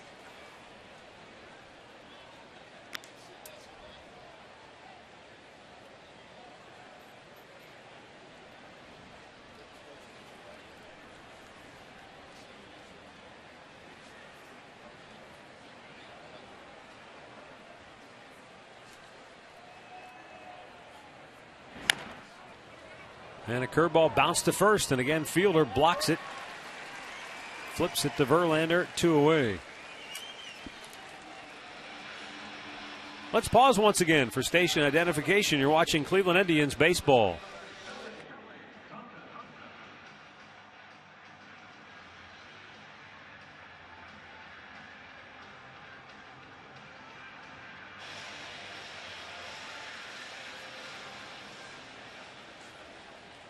Two down for Shelley Duncan.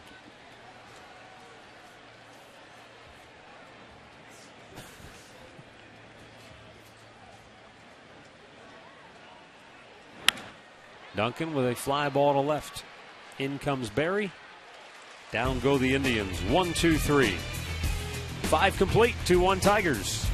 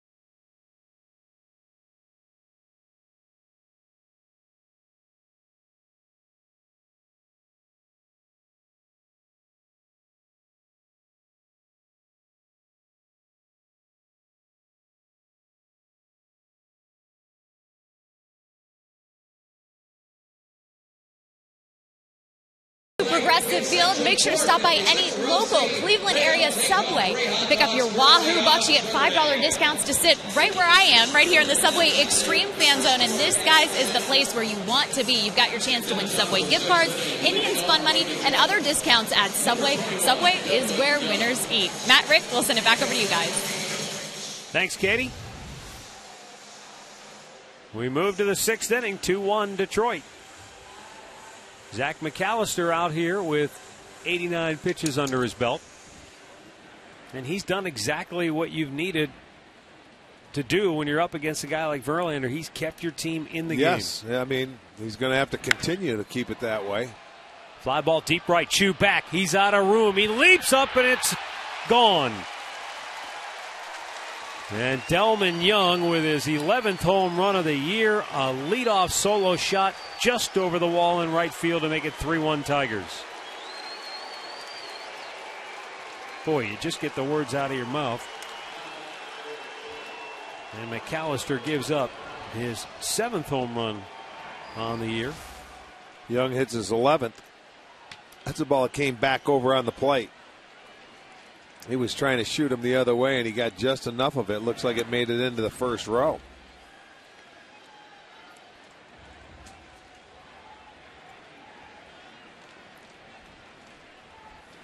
That makes it a 3-1 game now.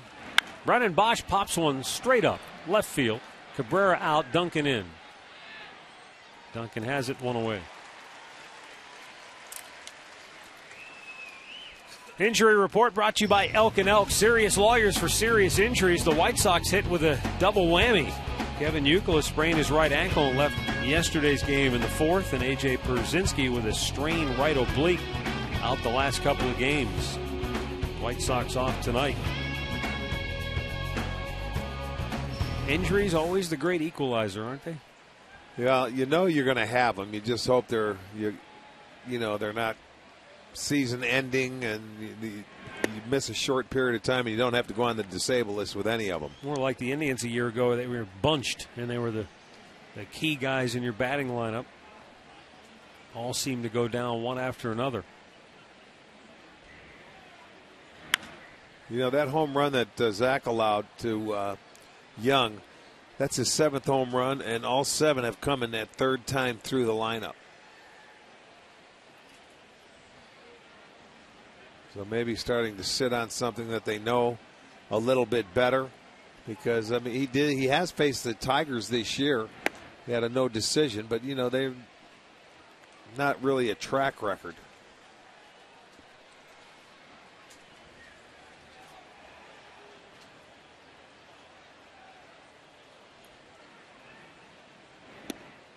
Missed inside with that off speed. 2-2.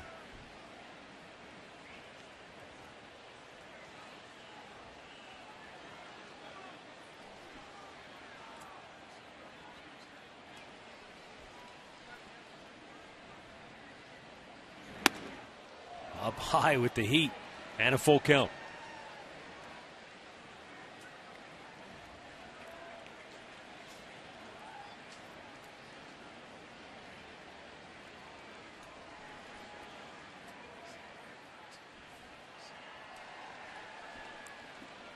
Payoff pitch, threw it by him.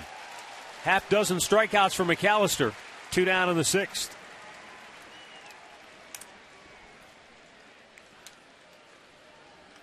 Tomorrow night at 7 o'clock, don't miss Cover Lines, telling the stories of Ohio sports that you want to hear. Host Jim Donovan will take you to Columbus, where Urban Meyer has found the balance between family and coaching. Plus a story about Olympic powerlifter Holly Mangold, and find out how some Chardon alums raised money for the shooting victims at their high school. Cover Lines tomorrow night at 7 on STO.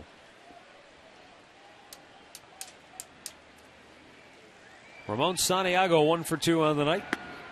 And a breaking ball in for a strike. It's 0-2. 66% of McAllister's pitches tonight have been in for strikes. And he blew away Santiago with a fastball.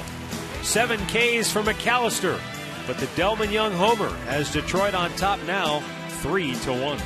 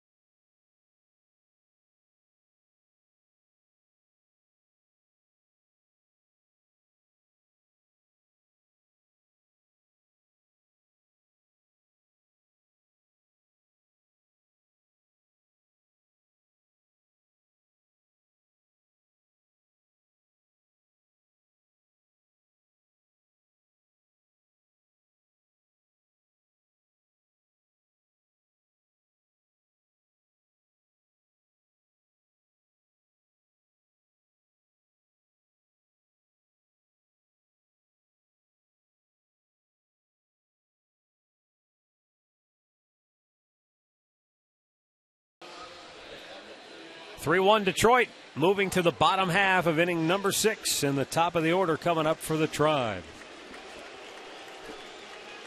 Shin-Soo Choo led off the game with a double, one of just 2 hits on the night for the Indians, but it led to their first and only run.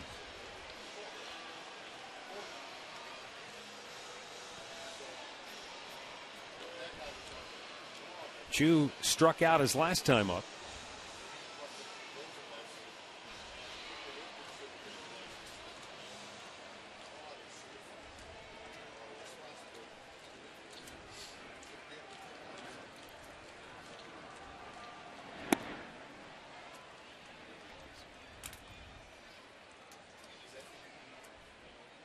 Chu is 2 for 7 in the series. Both of those hits doubles.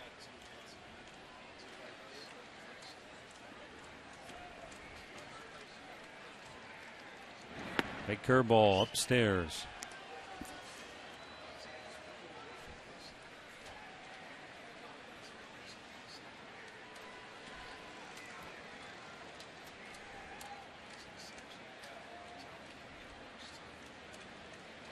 Fastball and a good one. He keeps it. He's able to keep that fastball away just on the outside part of the plate. Now that's where he threw it in the first inning, and Chu was able to still get enough of it where he blasted it to deep center field off the wall. But most hitters will tell you it's a tough pitch to get to. And then he just ran it up the ladder on him. 4th strikeout for Verlander, 1 down here in the 6th.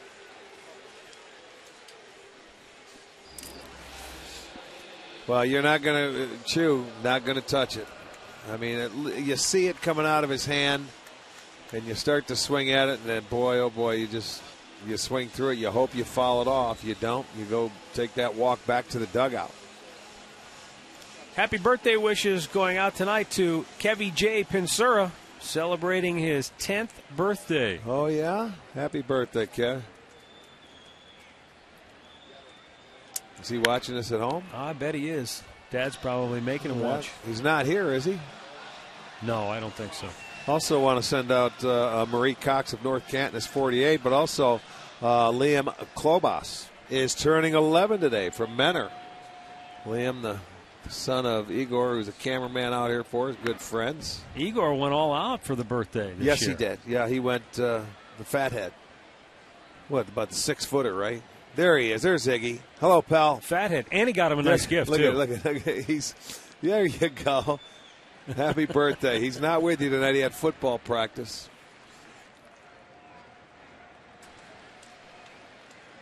The 0-2. Low and away.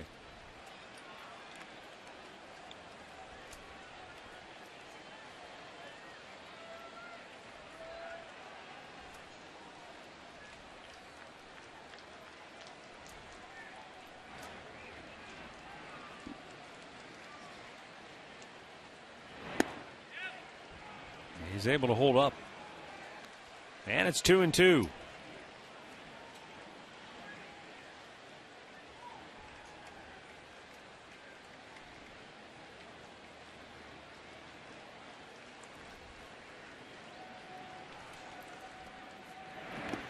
Down in the dirt again.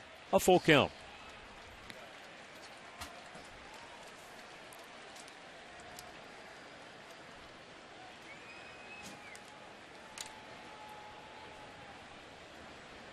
Verlander just over 70 pitches on the night.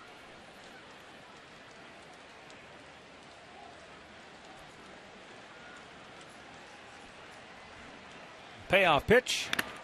And that one whacked off the mask of Avila and knocked it sideways on his face.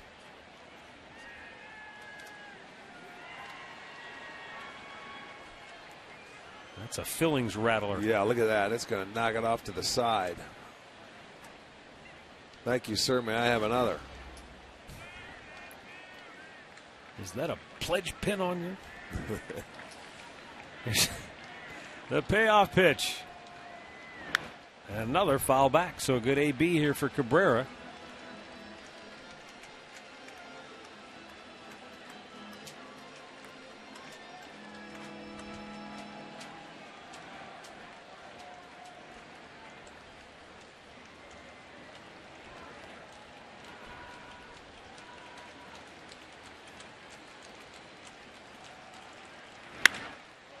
In the air to center. Jackson gives chase. Runs it down, 2 away.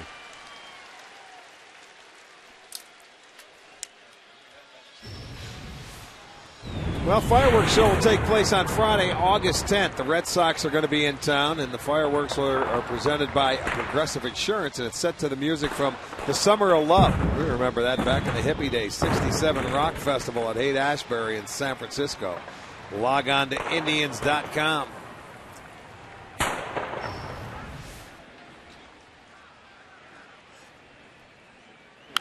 Jason Kipnis fouls the first high fastball back out of play.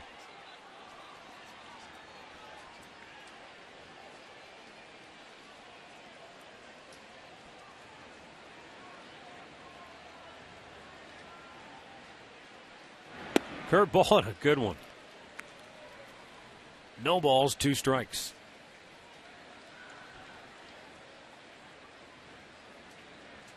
See if he wants to come back with another one and get him to chase it.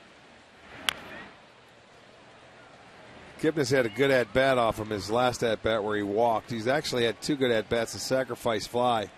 So he's going to show him something a little different this at-bat. I think he wants to strike him out.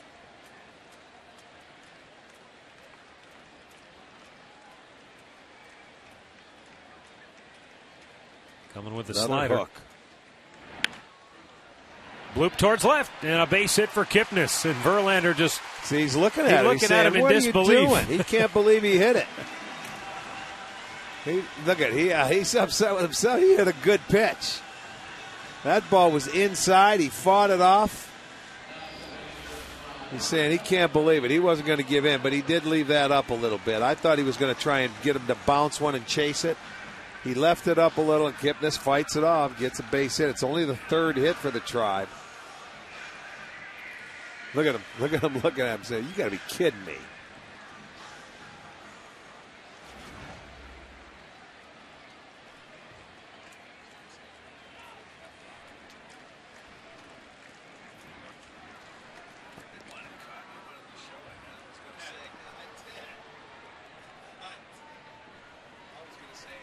"13 consecutive first pitch strikes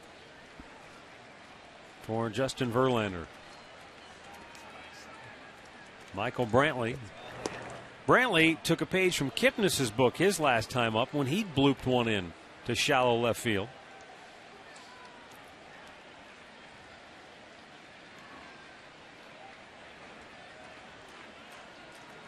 Tribe down 3-1 here. Last half of the 6th. And with 2 down.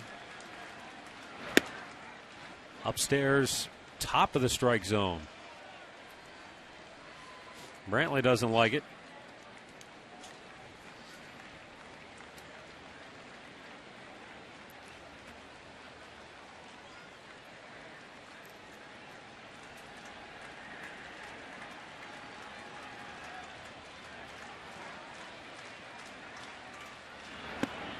Flips the curveball up, and that misses 1-1.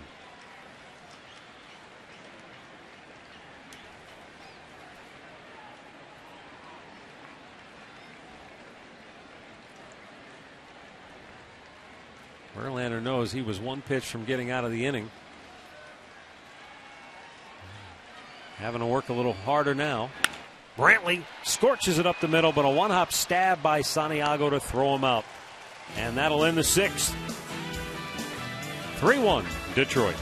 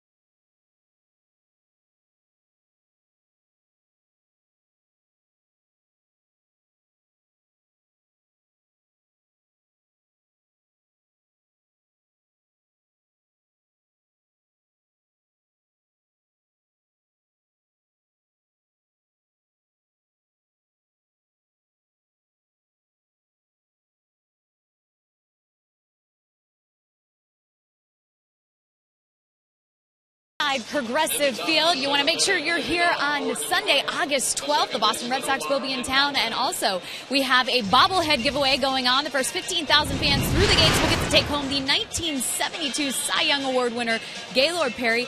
While you're online, get your tickets and make sure to check out some of those transportation options the Indians have for you. You can get a family pass on the RTA, take $1 shuttles from Ohio City, or get guaranteed parking in the gateway. It's all online for you right now at Indians.com. Thanks, Katie.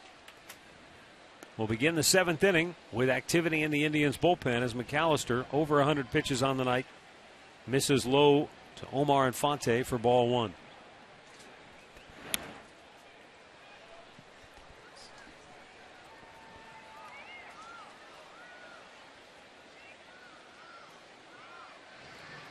And Joe Smith, the side armor, heating up.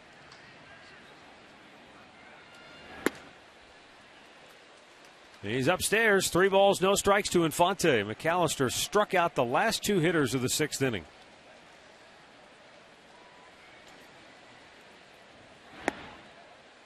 He grooves one in there, 3-1.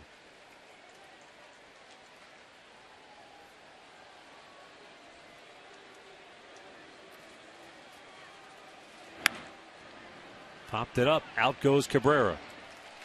1 down. Let's get the answer to the AT&T trivia question tonight. Which former Indians pitcher is the all-time leader in career wins as a reliever? How about the knuckleballer? Hoyt Wilhelm. Hoyt Wilhelm was claimed off waivers by the Indians from the Cardinals in 1957. And then in 58, Bobby Bragan, the Indians manager, who we just talked about last night on our trivia question, used him as a starter.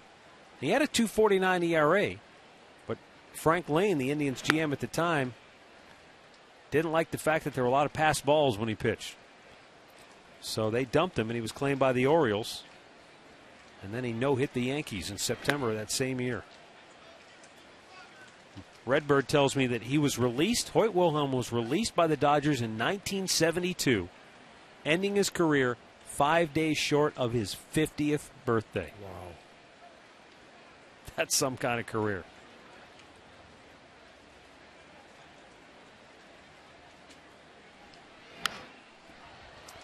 This guy has had some kind of series. Jackson with 3 hits tonight. He's got 6 in the series. He scored 3 runs.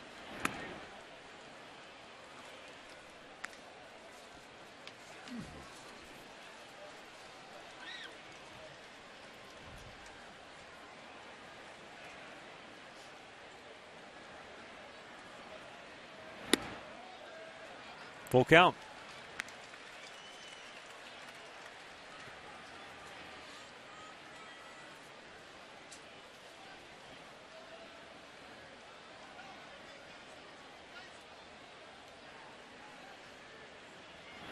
And he missed up high with a 3-2 fastball. And we'll send you back to the Hyundai Studios for an in-game update. Here's Dave Chudowski. Matt, Rick, thanks. Roberto Hernandez is back. There he is, pitching for Lake County tonight. So far through 4 innings, 3 runs, 1 earned, 3 Ks, 5 hits. His fastball hitting into the low 90s. Back to you. All right, thanks, Chud. Carlos Santana going out to stall for a little time. But it looks like Manny's going to stay with him here.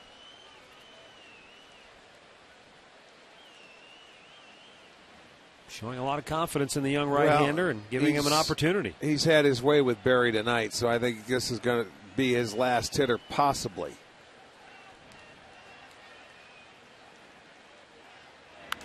Barry fouls it back.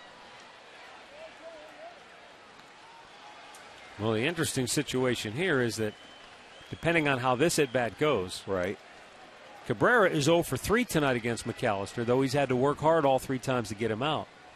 And Joe Smith in the bullpen gave up the 2-run homer to Cabrera in the series opener. Barry's seen 15 pitches tonight from McAllister. 12 have been strikes.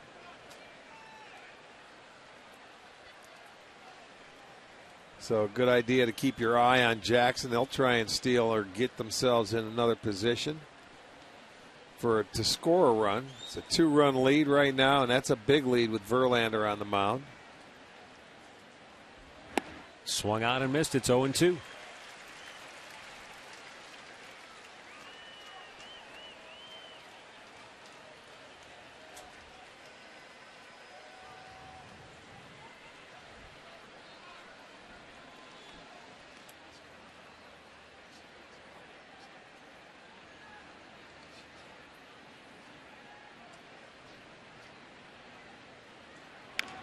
Just got a piece of that to keep himself alive.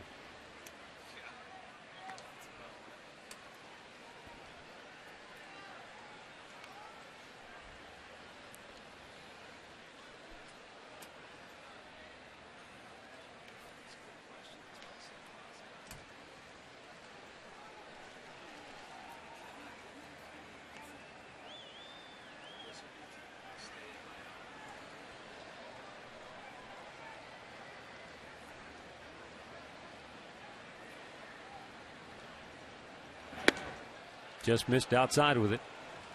1 ball, 2 strikes. He got him to swing at that pitch the first time up. And then the second time up, he got him with a low fastball. So he changed his eye level. See if he does that again, because he's basically stayed with all fastballs to this guy tonight. Runner goes. And a line drive off the glove of Kipnis and into right field. Jackson to third. And now the Tigers have runners at the corners with only 1 out. Boy, that was nearly a double play to end the inning. Kipnis got leather on it, but it was just beyond his reach. Oh, so close. The ball was hit hard, though. And there's Jackson running. That ball hit right behind him. Kipnis makes that dive to his left, can't do it. And McAllister's going to be done for the night. That was his last hitter. Good effort. But they have runners at first and third, and the big boys coming up. So McAllister will call it an evening. Joe Smith coming on when we come back. 3-1 Detroit.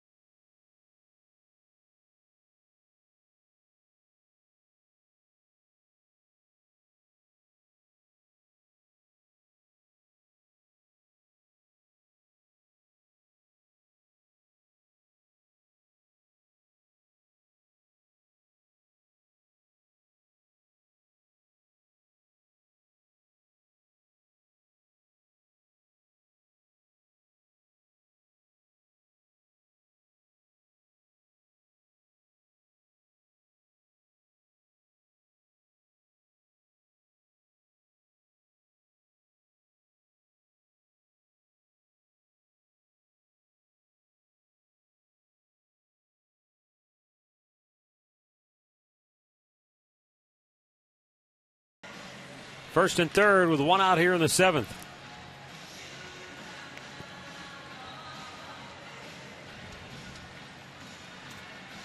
Joe Smith, 44th appearance of the year, 6-2 on the season, a 3.19 ERA. Smitty will be facing Miguel Cabrera with Tigers at the corners and 1 out. Boy, what they would give for a double play ball now. Cabrera has hit into 18. That's the second most in the league.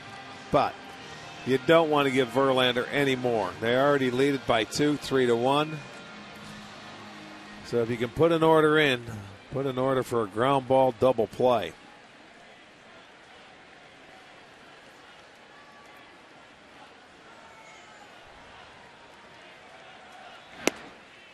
And Joe Smith misses for ball one.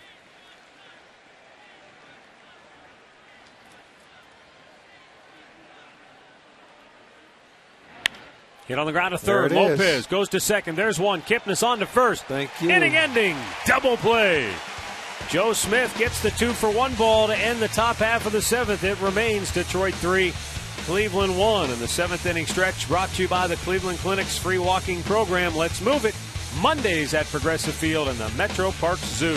Visit letsmoveit.org for more information.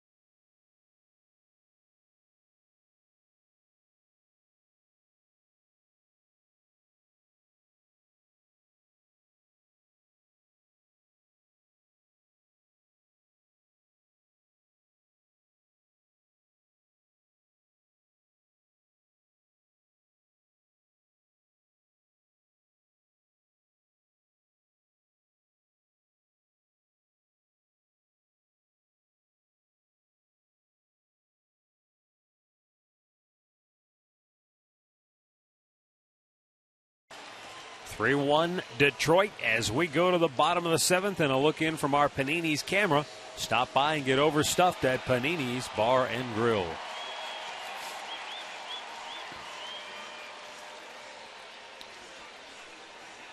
Justin Verlander, 82 pitches on the night. And he'll be facing Carlos Santana, Travis Hafner, and Jose Lopez. Well, they were able to get out of that seventh inning without allowing a run to keep it a 2-run ball game. You got to get a man aboard and see what you can do. Verlander has been pretty much in control. 3 hits tonight.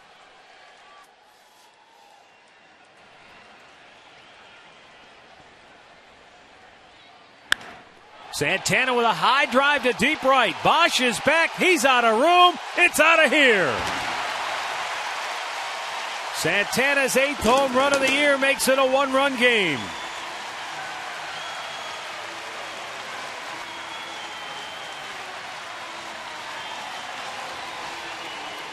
The 13th home run allowed this year by Justin Verlander.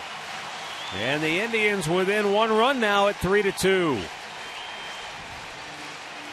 He was able to catch up to the high heater and hit it a long way. So now you come within 1. You say the 13th home run, but 10 of those home runs have been solo shots. That's number 10, but he gets him 1 closer. It's now back to a 1-run ball game, 3-2. Now Travis Hafner 0 for 2 on the night. There's a fastball hit high in the air, deep right field. Bosch back, looking up, gone to Souvenir City. Back-to-back solo blasts, and we are tied at 3.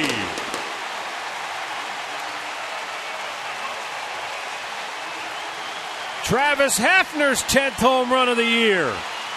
And the Indians have stunned Verlander with a couple of long balls here in the 7th.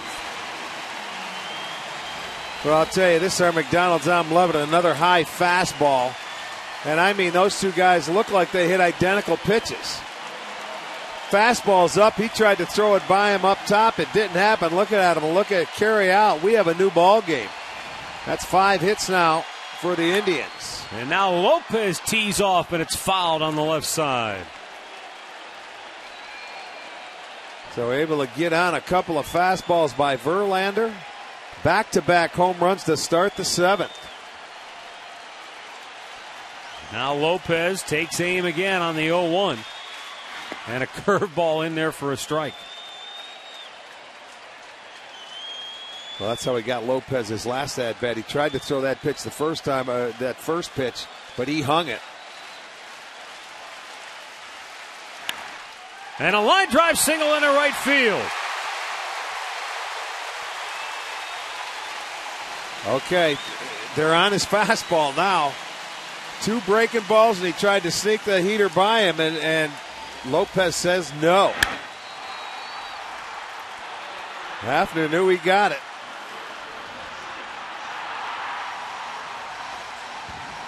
You know, that had to feel good for Hafner the way his season has gone. That's a big hit and a big spot for this club. And now the go-ahead run is aboard. Still nobody out in this 7th inning.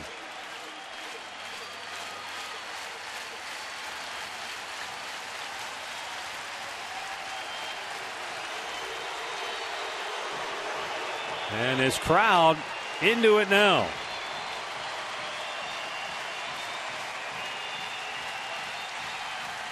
Casey Kochman squares the bunt. Bunts it up the first base line. And it's foul.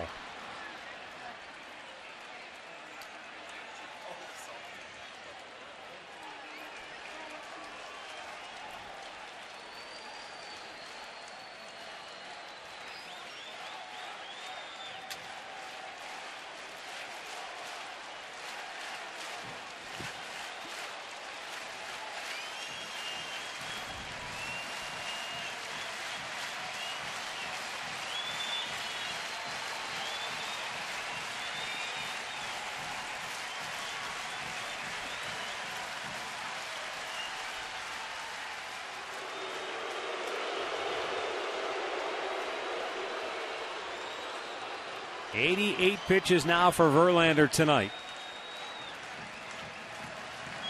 Lopez a short lead at first. And it's in the dirt. Nice backhanded pick there by Avila. Well, now it looks like they've got him shaking a little bit. He almost bounces that ball in the dirt, so you better be heads up. That was a changeup that he was going to throw to Kochman and gets it in the dirt. But those back-to-back home runs woke up this crowd. Place is energized now. The 1-1. Kochman blooped towards center, but it's going to hang in the air. And Jackson has it for out number 1.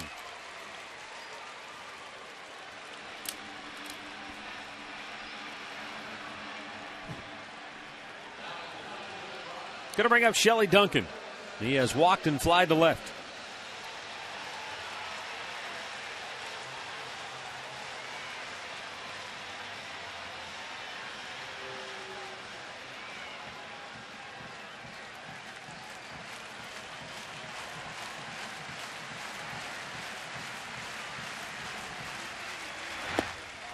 Duncan with a mighty rip, but Verlander crossed him up.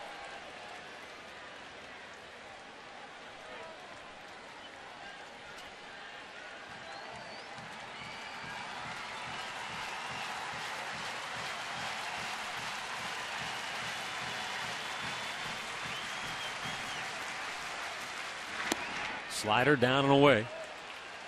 You know, Rick, it's interesting. The second time through the lineup, he was more off-speed, changeups, breaking ball, first pitch. But third time through the lineup, Santana, Hafner in particular, got first pitch fastballs, and they were looking early in the count. Well, and then Lopez got an 0-2 fastball, but he got a fastball, so they were able to get on it.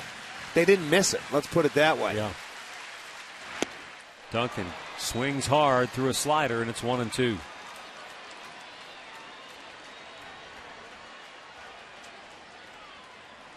Tribe coming back with 2 here in the bottom of the 7th and knotted up at 3 apiece.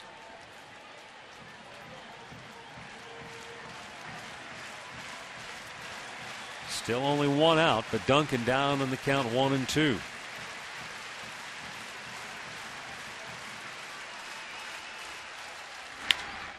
Sends a long fly ball to left. Back is Barry. He'll have room, and he makes the catch. 2 down.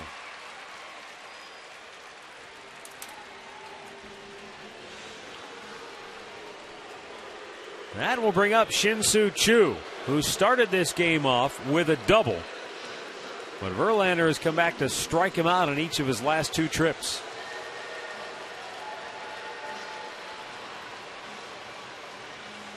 Yeah, on high fastballs. Up around the letters. He's climbing that ladder, going upstairs on him.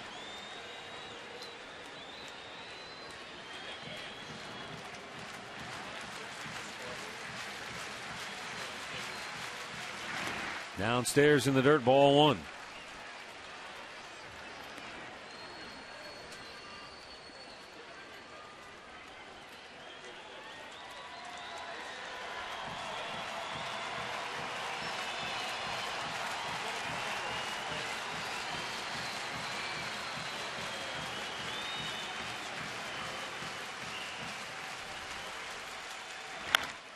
Back out of play. 1 ball, 1 strike. See, it's almost like he doesn't want to throw Choo a fastball earlier, setting him up and then try and ride the high 4-seam fastball after he sees a few breaking balls. Those first 2 pitches were changeups.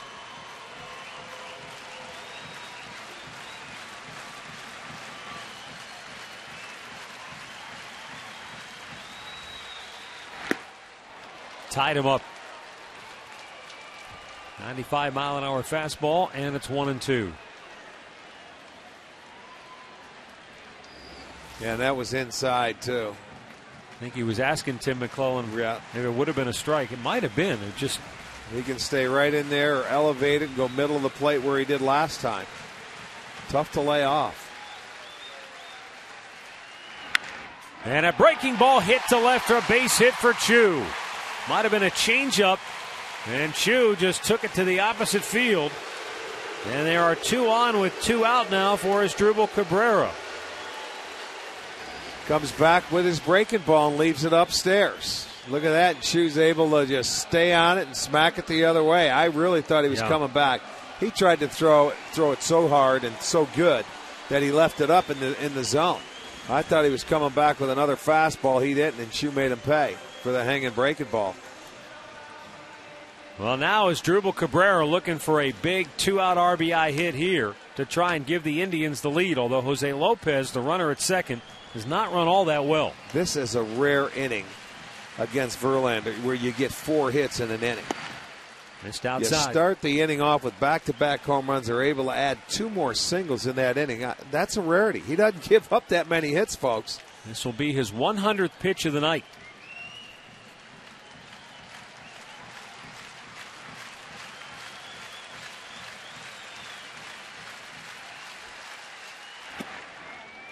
And that's too high. 2 balls, no strikes. And Cabrera sitting in a good spot here.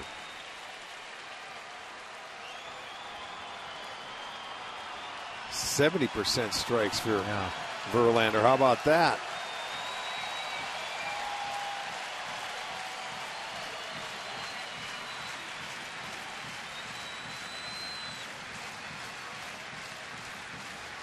The 2-0. Cabrera with a line drive base hit into right field. Lopez coming around third. He'll be waved home. Here's Bosch's throw. Cut off. Down to second goes Cabrera. Nobody there. Indians take the lead. Asdrubal delivers in the clutch here with a 2-out RBI single to right. A 3-run 7th gives the Indians a 4-3 lead. Nice hitting by Cabrera. Boy, he went down and smoked that fastball and put a good stroke on it. 2 outs, you're sending them all the way. 5 hits in the inning off Verlander, and he tried to throw it by him. 98.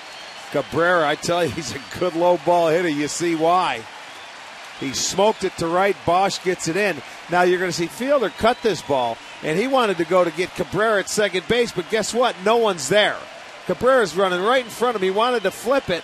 Santiago was on his way in a cutoff position for third base.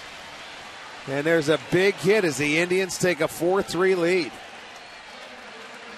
And the Indians have scored more runs tonight than they have in any of their last 7 games coming in. Now Jason Kipnis with second and third and 2 down. The 8th man to bat in the inning.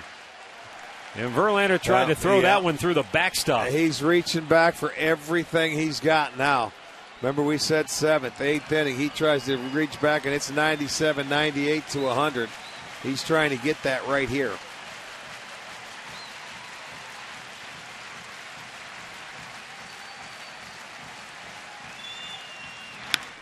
And a liner. Dropped by Santiago. Scoring is Chu. Back to third. Cabrera in ahead of the tag. 5-3 Indians. Jason Kipnis with the Indians' third consecutive 2-out hit in the inning.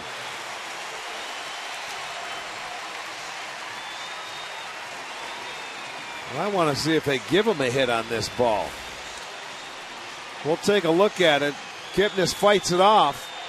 Santiago goes back right there. Goes off his thumb. Yep, sure did. They gave him a hit. Yes, sir. They are 7 for their last 10. Verlander, how about that? This is some kind of inning for the Tribe's offense. 6 hits in the 7th. 3 straight with 2 outs, and the 9th man to bat in the inning is Michael Brantley.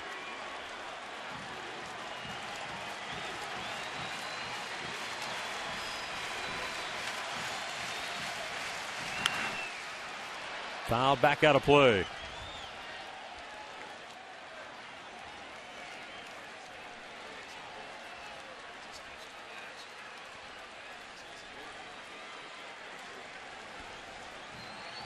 The back-to-back homers by Santana and Hafner to start the inning. And then after Lopez singled, consecutive fly ball outs, but then Chu, Cabrera, and Kipnis all with base hits, and now Brantley with first and third. Takes a look, and the count evens at 1-1.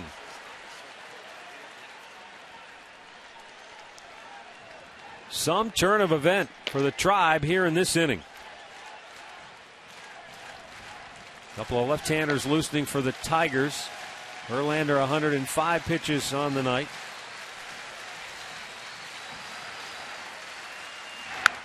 Brantley pops it straight up. Avila makes the catch to end the inning. The Indians bat around in the 7th. Back-to-back blasts started. A couple of 2-out RBI hits end it. 5-3 Cleveland.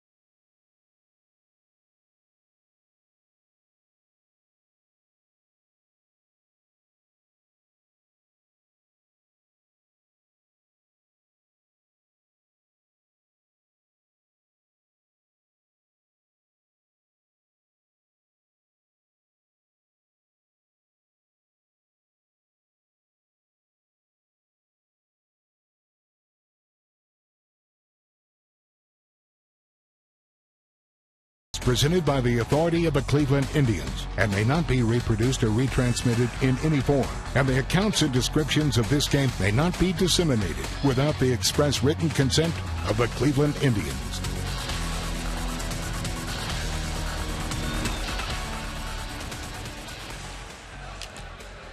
All right, lots of changes for the Tribe here as we go to the 8th inning. First off, on the hill, Vinny Pistano. His 45th appearance of the year. 3 wins, no losses, an ERA of 1.50. He'll be facing the 4, 5, and 6 hitters for Detroit. Brent Lillibridge is now on in left field for the Tribe. And Jack Hanahan taking over at third.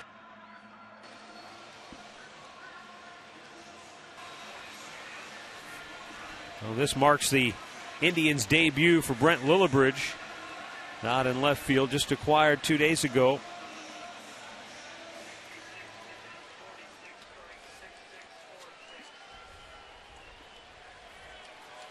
So Lillibridge in left, Hanahan at third, Pistano on the hill, Prince Fielder at the plate, 2 for 3 on the night.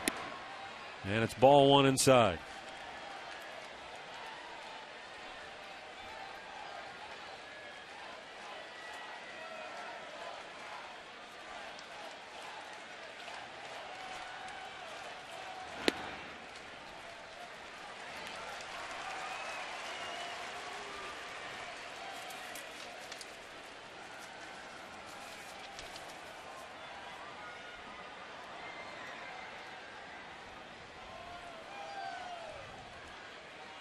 One bounced foul up the first baseline. Fielder hit that off of his foot.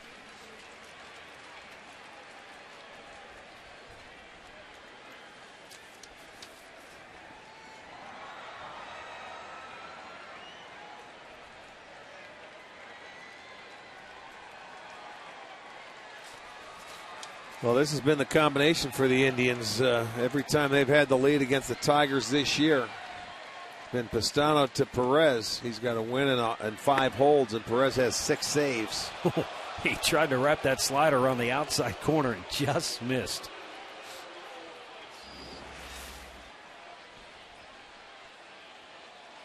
Well, you see Santana trying to bring it in. That did wrap around. Fielder high, pop to center. Brantley is there. 1 down.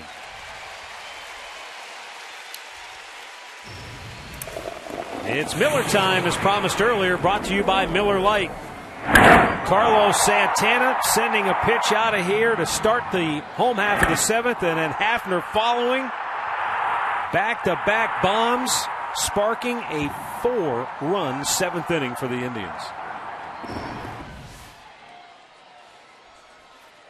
Now, how many times do you say? Usually, solo home runs don't ignite rallies. Because it's 1 run, you know, the bases are cleared, you go at him again. But in this case, it got him going. It did. I'll tell you what got the rallies going. Smith getting the double play ball to get out. Yep. Okay, first and third one out. He got Cabrera hitting the double play. They come out, and then Santana hits it. That got everybody into it. And Hafner comes back, and it was an inning that we may never see him have against Verlander again. But I'll tell you what, they did it at the right time.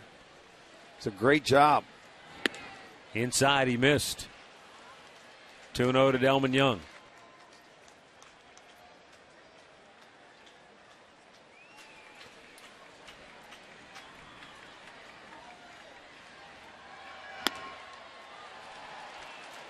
He's 3-0 to Delman Young, who homered his last time up.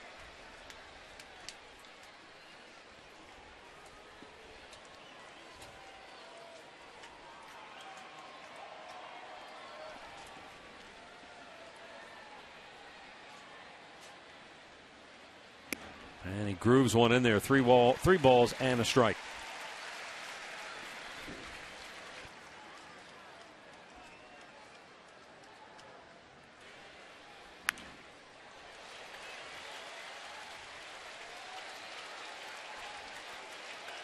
You got to tip your cap to Tribe fans tonight, Rick. We had 23,000 and 24,000 for the first 2 games of this series. Tonight, 34,579. Very nice. Pistano's payoff pitch fouled back out of play. Final game of the homestand.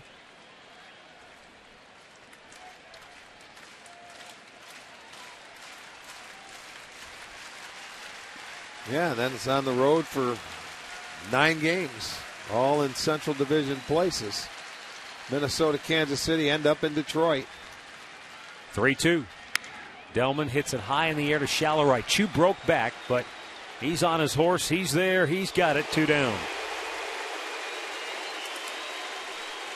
And we'll pause 10 seconds for station identification. You're watching Cleveland Indians baseball.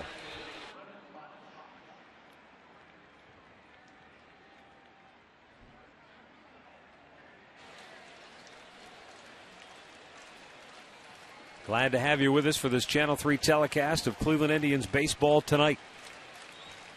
Tribe coming from behind to take a 5-3 lead. And now Vinny Pistano trying to make it a 1-2-3 8th inning.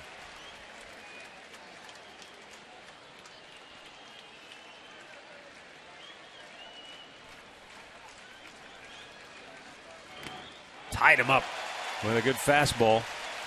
And it's 0-2.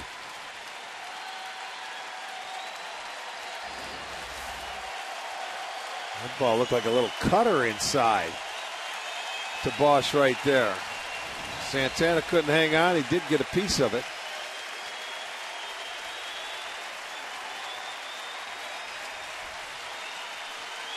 Crowd getting on its feet here. 0-2 downstairs.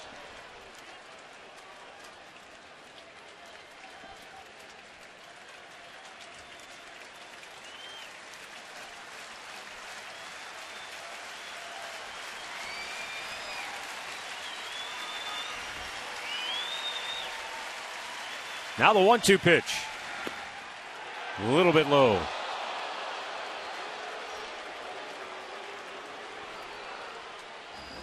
Well, these are out of the strike zone, and it's not going to change, but you want that hitter to swing at it. He doesn't. He lays off. It's a good 2-strike pitch. Swung out and missed. He got him. Vinny Pistano with a 1-2-3 8th. And the Indians lead it 5-3.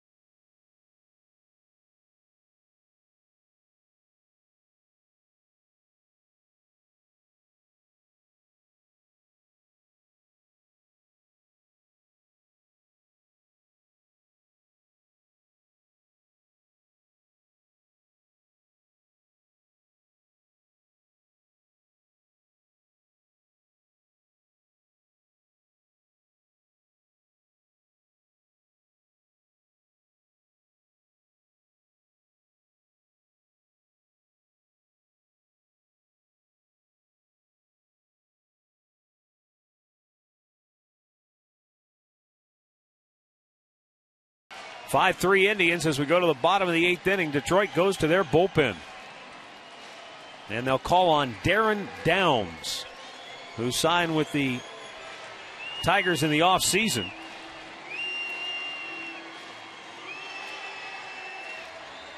And there you see a look at his numbers, and very good so far this year.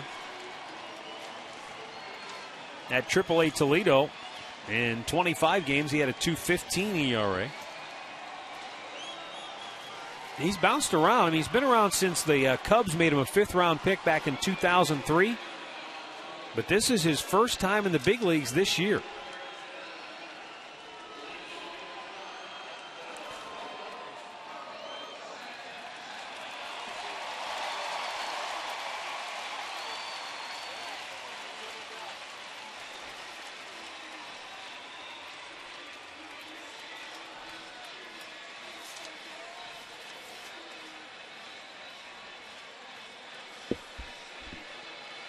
In a lot of ways, Darren Downs is lucky to be here.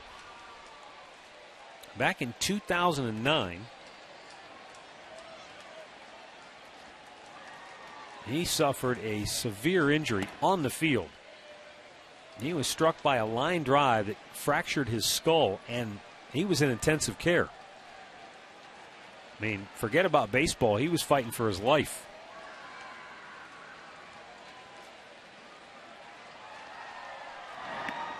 Down on the dirt.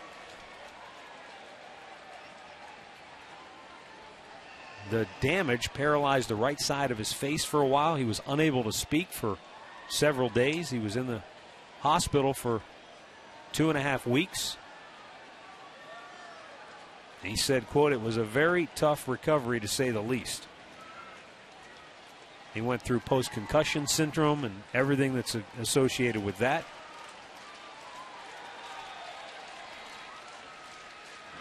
Yeah, down low.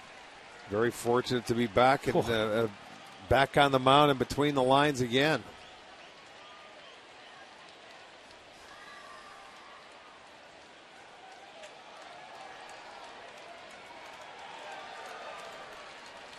Two-one pitch. And as you can imagine, after going through something like that, then you recover, and then is, okay, can I still do this? Can I go out and stand on the mound, knowing what happened before, and do it again? And he said that was another hurdle that I had to get over. And he said, I finally got to the point where I said, you know what, that was a 1 in a million shot. Yeah. So I just got to get past it. Yep. Line drive, base hit by Santana. Down into the corner. He's on his way to second base. And he'll go in head first, sliding with a double. Santana homered his last time up. Now a leadoff double here in the 8th.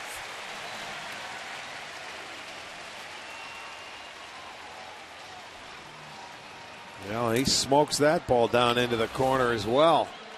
From the opposite side of the plate. Oh, he left him something out over the plate, and Santana just turned on it.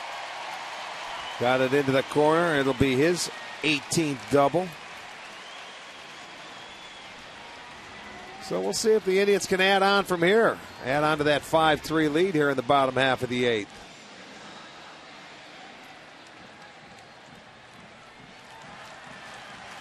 And now Travis Hafner, who homered his last time up.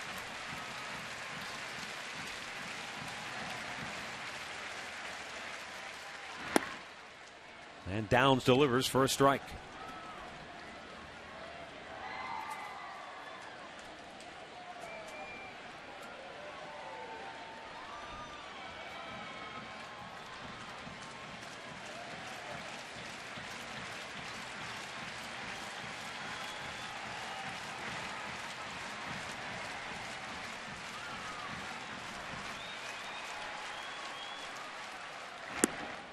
A little bit low with it. 1 ball, 1 strike.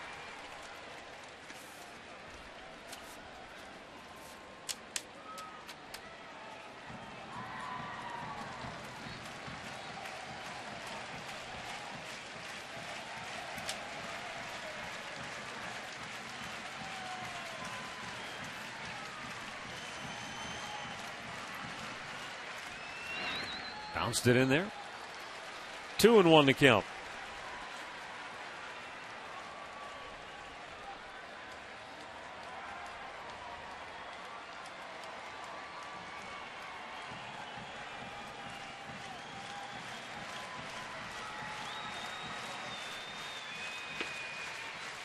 Bullpen still busy for the Tigers. As Downs looks into Hafner with Jose Lopez due next. Chops it over there towards second base. Productive at bat though for Hafner. Gets Santana to third. Now there's 1 out. And a chance to add to their lead. In-game box score brought to you by your Northern Ohio Hyundai dealers, who invite you to see the all-new 2012 Sonata. Visit NorthernOhioHyundaiDealers.com today. Only Kochman and Duncan have missed out on the hit parade here tonight, as the Indians piled up 6 hits off Justin Verlander in the 7th inning of this game. Jim Leland will make a pitching change. He'll go to the right-hander to face Jose Lopez with 1 on, 1 out here in the 8th.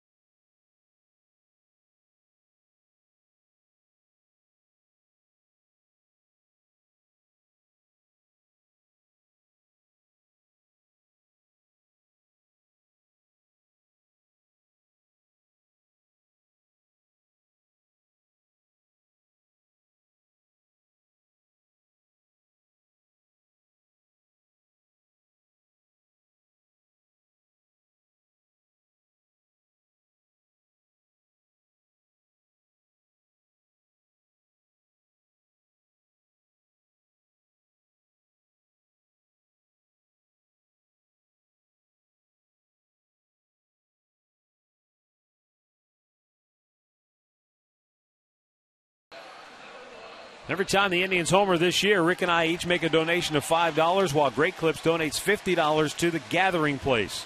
And thanks to the back-to-back jacks in the 7th, we're up to $5,520 on the year. Great needs, great deeds. Great Clips.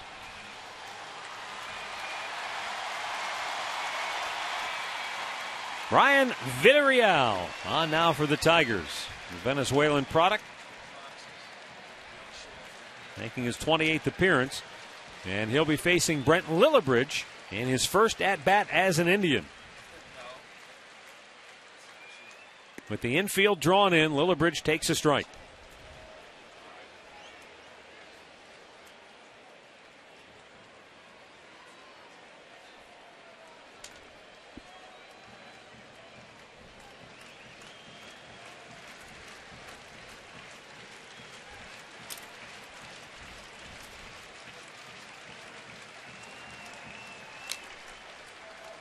Lillibridge swing and a miss. And it's 0-2.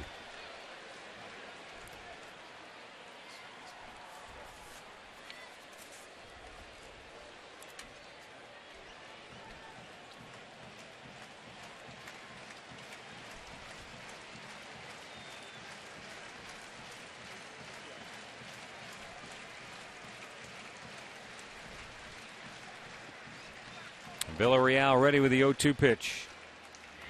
And Lillibridge strikes out. Well, this guy can bring it. 99 miles an hour. 2 down here in the 8th.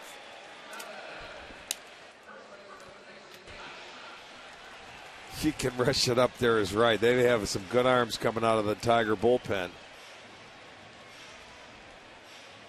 So for Lillibridge, unfortunately, I'm sure he wanted to try and get in, but that first at bat, he had to see some gas coming up there at him.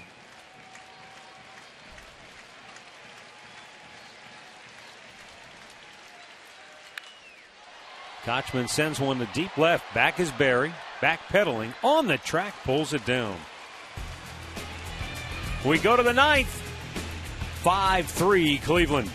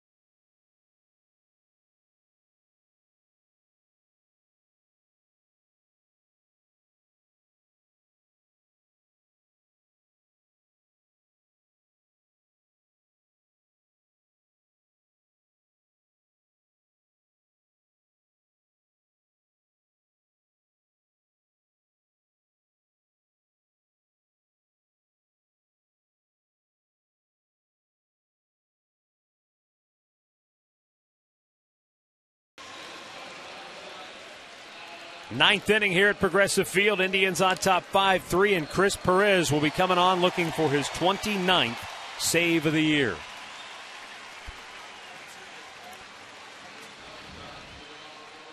Six saves against the Tigers this year, looking for number 7. He's going to face Avila, Santiago, Infante. Those are the scheduled hitters.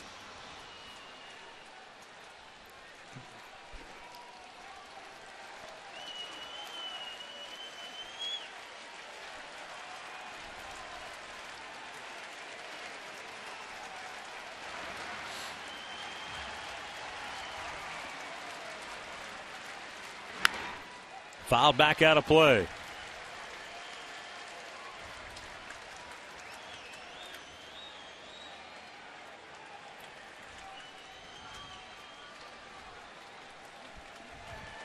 Avila 1 for 3.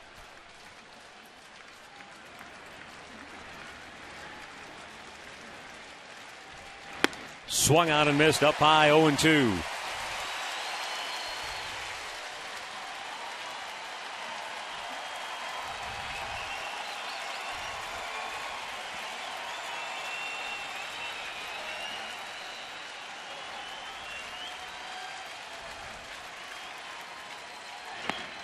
A little bit outside.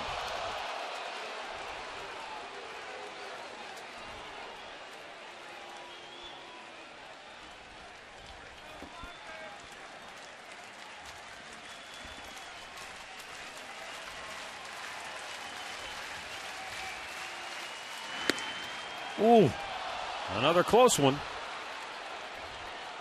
And it's now 2-2. This ball's away is what it is.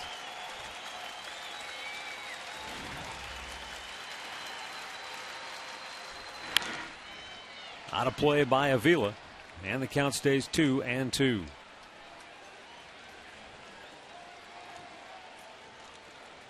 Ramon Santiago waiting on deck, then Omar Infante.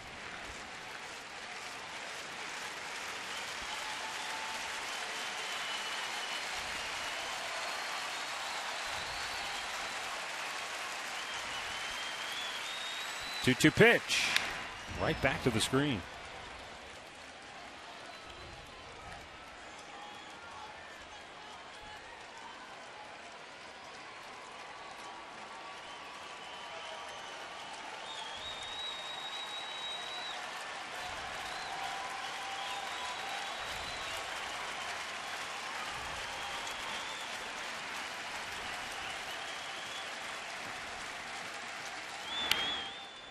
Chopper Foss, pretty good AB for Avila here.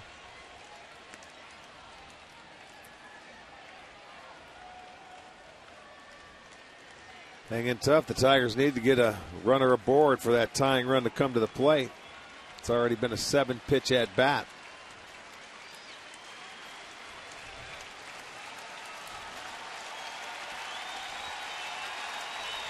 Jim Leland's club led this game 3-1 going into the bottom of the 7th. And the Indians turned the tables on Justin Verlander and scored 4 times. Drilled deep right field in the corner. Fair ball. Up against the wall. Chu fires towards second base. And Avila is in with a leadoff double. And now the tying run to the plate the rest of the inning for Detroit.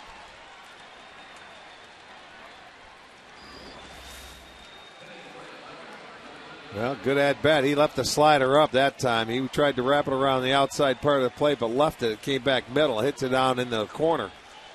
Chu did everything in his power to get over there and try and throw him out. He's got to get to second base, down by 2.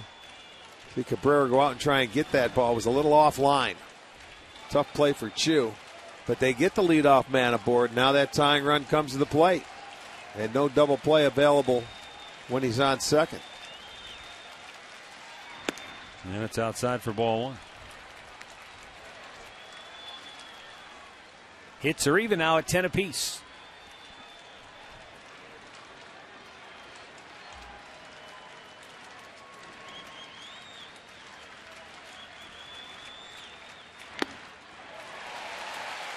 And it's 1-1 now on Santiago.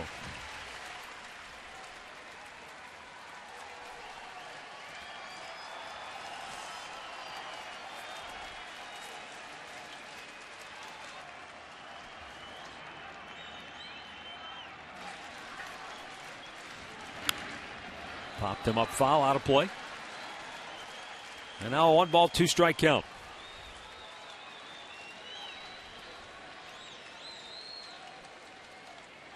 Tomorrow night we'll be televising from Minneapolis, where the Indians open a weekend series against the Twins. We'll have that game for you on Sports Time Ohio.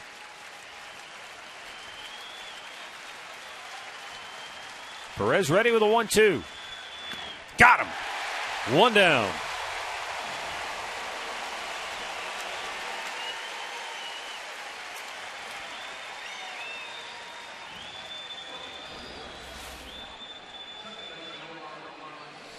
There's that fastball he throws by him. Gets out number one.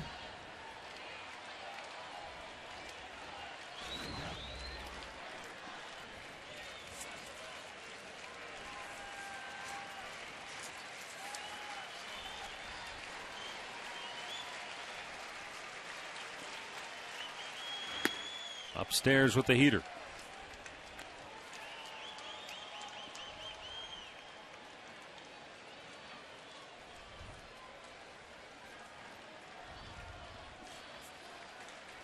Conrad's Tire Express and Total Car Care postgame show comes your way on Sports Time Ohio following tonight's ball game. For those of you watching here on Channel 3, Rock Center with Brian Williams will be joined in progress.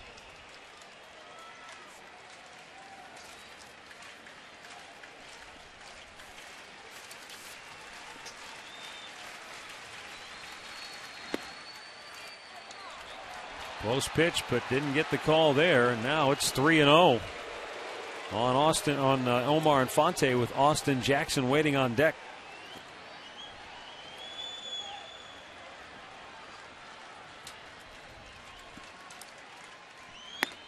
And he lost him, ball 4.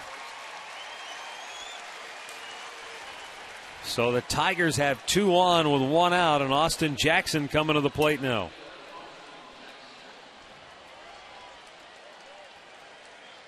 And Jackson is 3 for 3 tonight. And 6 for 12 in the series.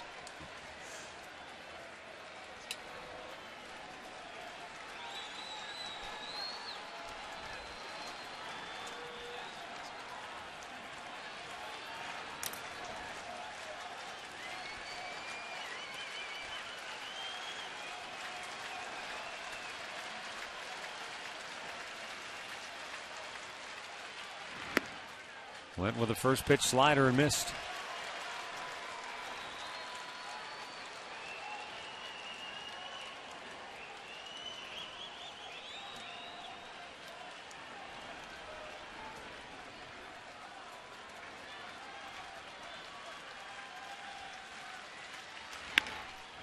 One hop smash to short. Cabrera to Kipnis to first.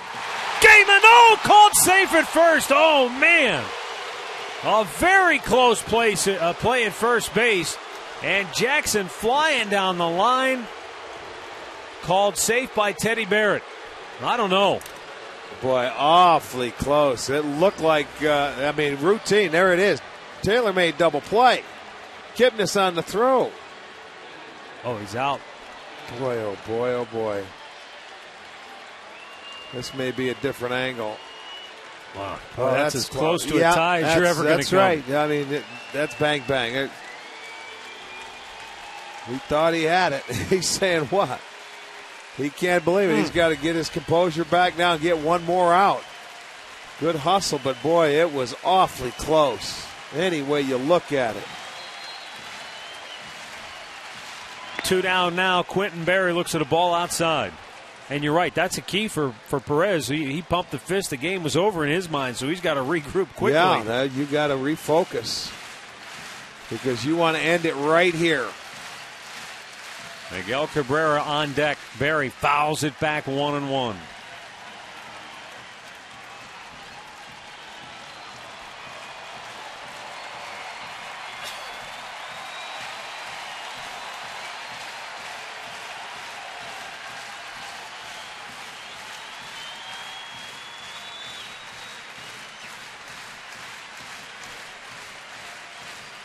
The 1-1. Swing and a miss. Just under 35,000 here tonight, and just about every single one of them up on their feet. Indians 1 strike away from winning the series.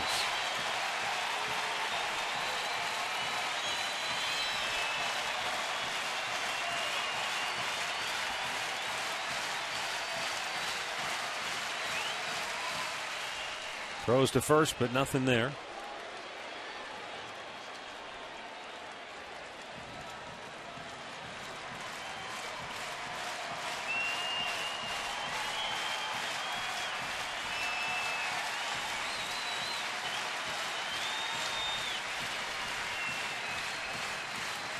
Here's the set and the 1-2. Just missed. Man, a close slider that Barry was able to lay off. Surprised he laid off that pitch. Right. How do you not swing at that ball? Boy, that looked pretty good, too.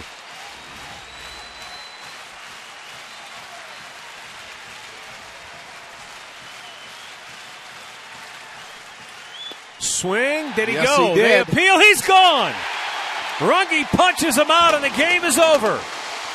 Chris Perez nails down his 29th save, and the Indians win it 5-3 to take the series 2-1. Yeah, he couldn't check it. He started, good fastball, had movement, and he did go. Perez gets the strikeout, Perez gets the save, and the Indians get a big win and win a big series here to go on to a 9-game or 10-day road trip. Big win right here for the Tribe. No doubt about it. They desperately needed that, and they got it. And they got it off Verlander, the best. They've beaten him twice this year. The Indians and the Tampa Bay Rays have both beaten Verlander twice this season. But this, a hard-fought, come-from-behind win for the Tribe to take the series 2-1. Now our key play of the game brought to you by KeyBank. Well, you go out there in the 7th inning, 1st and 3rd, and you go to the bullpen. In comes Joe Smith to face Cabrera. Cabrera hit him for a 2-run homer the other night, and there you see he gets the slider to go right to Lopez, to Kipnis, on to Kochman to end that inning. The Indians come back. They score 4 after that, back-to-back home runs. That was a big play. The play of the game brought to you by KeyBank. Earn double rewards points during the KeyBank Summer of Rewards. Now let's go downstairs to Katie Witham, who's standing by with Jason Kipnis. Well, Jason, what a night for you at the plate tonight. 2 RBIs, 2 hits, a big walk. What was the approach against Verlander? Put the ball in play. Make it as tough on him as you can tonight. He gets better as he gets going a little bit down the road. You don't want to get him comfortable or in his zone. So as long as you keep putting the ball in play and kind of force their defense to make some mistakes or something like that, that's really what you got to do. A big 7th inning. You guys ended up batting around, put 4 runs on the board. Walk me through how that happened and what changed for the Tribe in that inning. You know what? We want to stay aggressive the whole time. Like I said, we don't want to let him get in too much of a groove because when he does that, he's the best in the game. So guys stayed aggressive. Guys attacked him when he put balls in the zone. Santana got things going with 2 great swings, I think, on pitches up, and then the hitting just became infectious. The team followed one after another. Carlos Santana has really been swinging the bat well lately. What does it mean to have him be hot in this lineup? Well, you see what happened when he gets going. We need him to keep going like this. He's awesome when he does, and he really extends our lineup. He can create things with that bat, extra base hits and home runs, and he's going to be a big guy for us when we need him. You guys now take 2 of 3, win the series with Detroit. You get ready to head on the road, 9 straight games against Central Division opponents. What did this win tonight mean to this team? You know, it's a good start. We got to keep it going, though. We know we got a bunch of big games ahead of us. Have been playing great, but hopefully this sparks something. We got to keep it going, though. All right, Jason, appreciate the time. Thanks. Thank you. Guys, listen, back up to you. All right, thanks a lot, Katie. A terrific win for the Indians here tonight as they win the series. We're back with a final word right after this.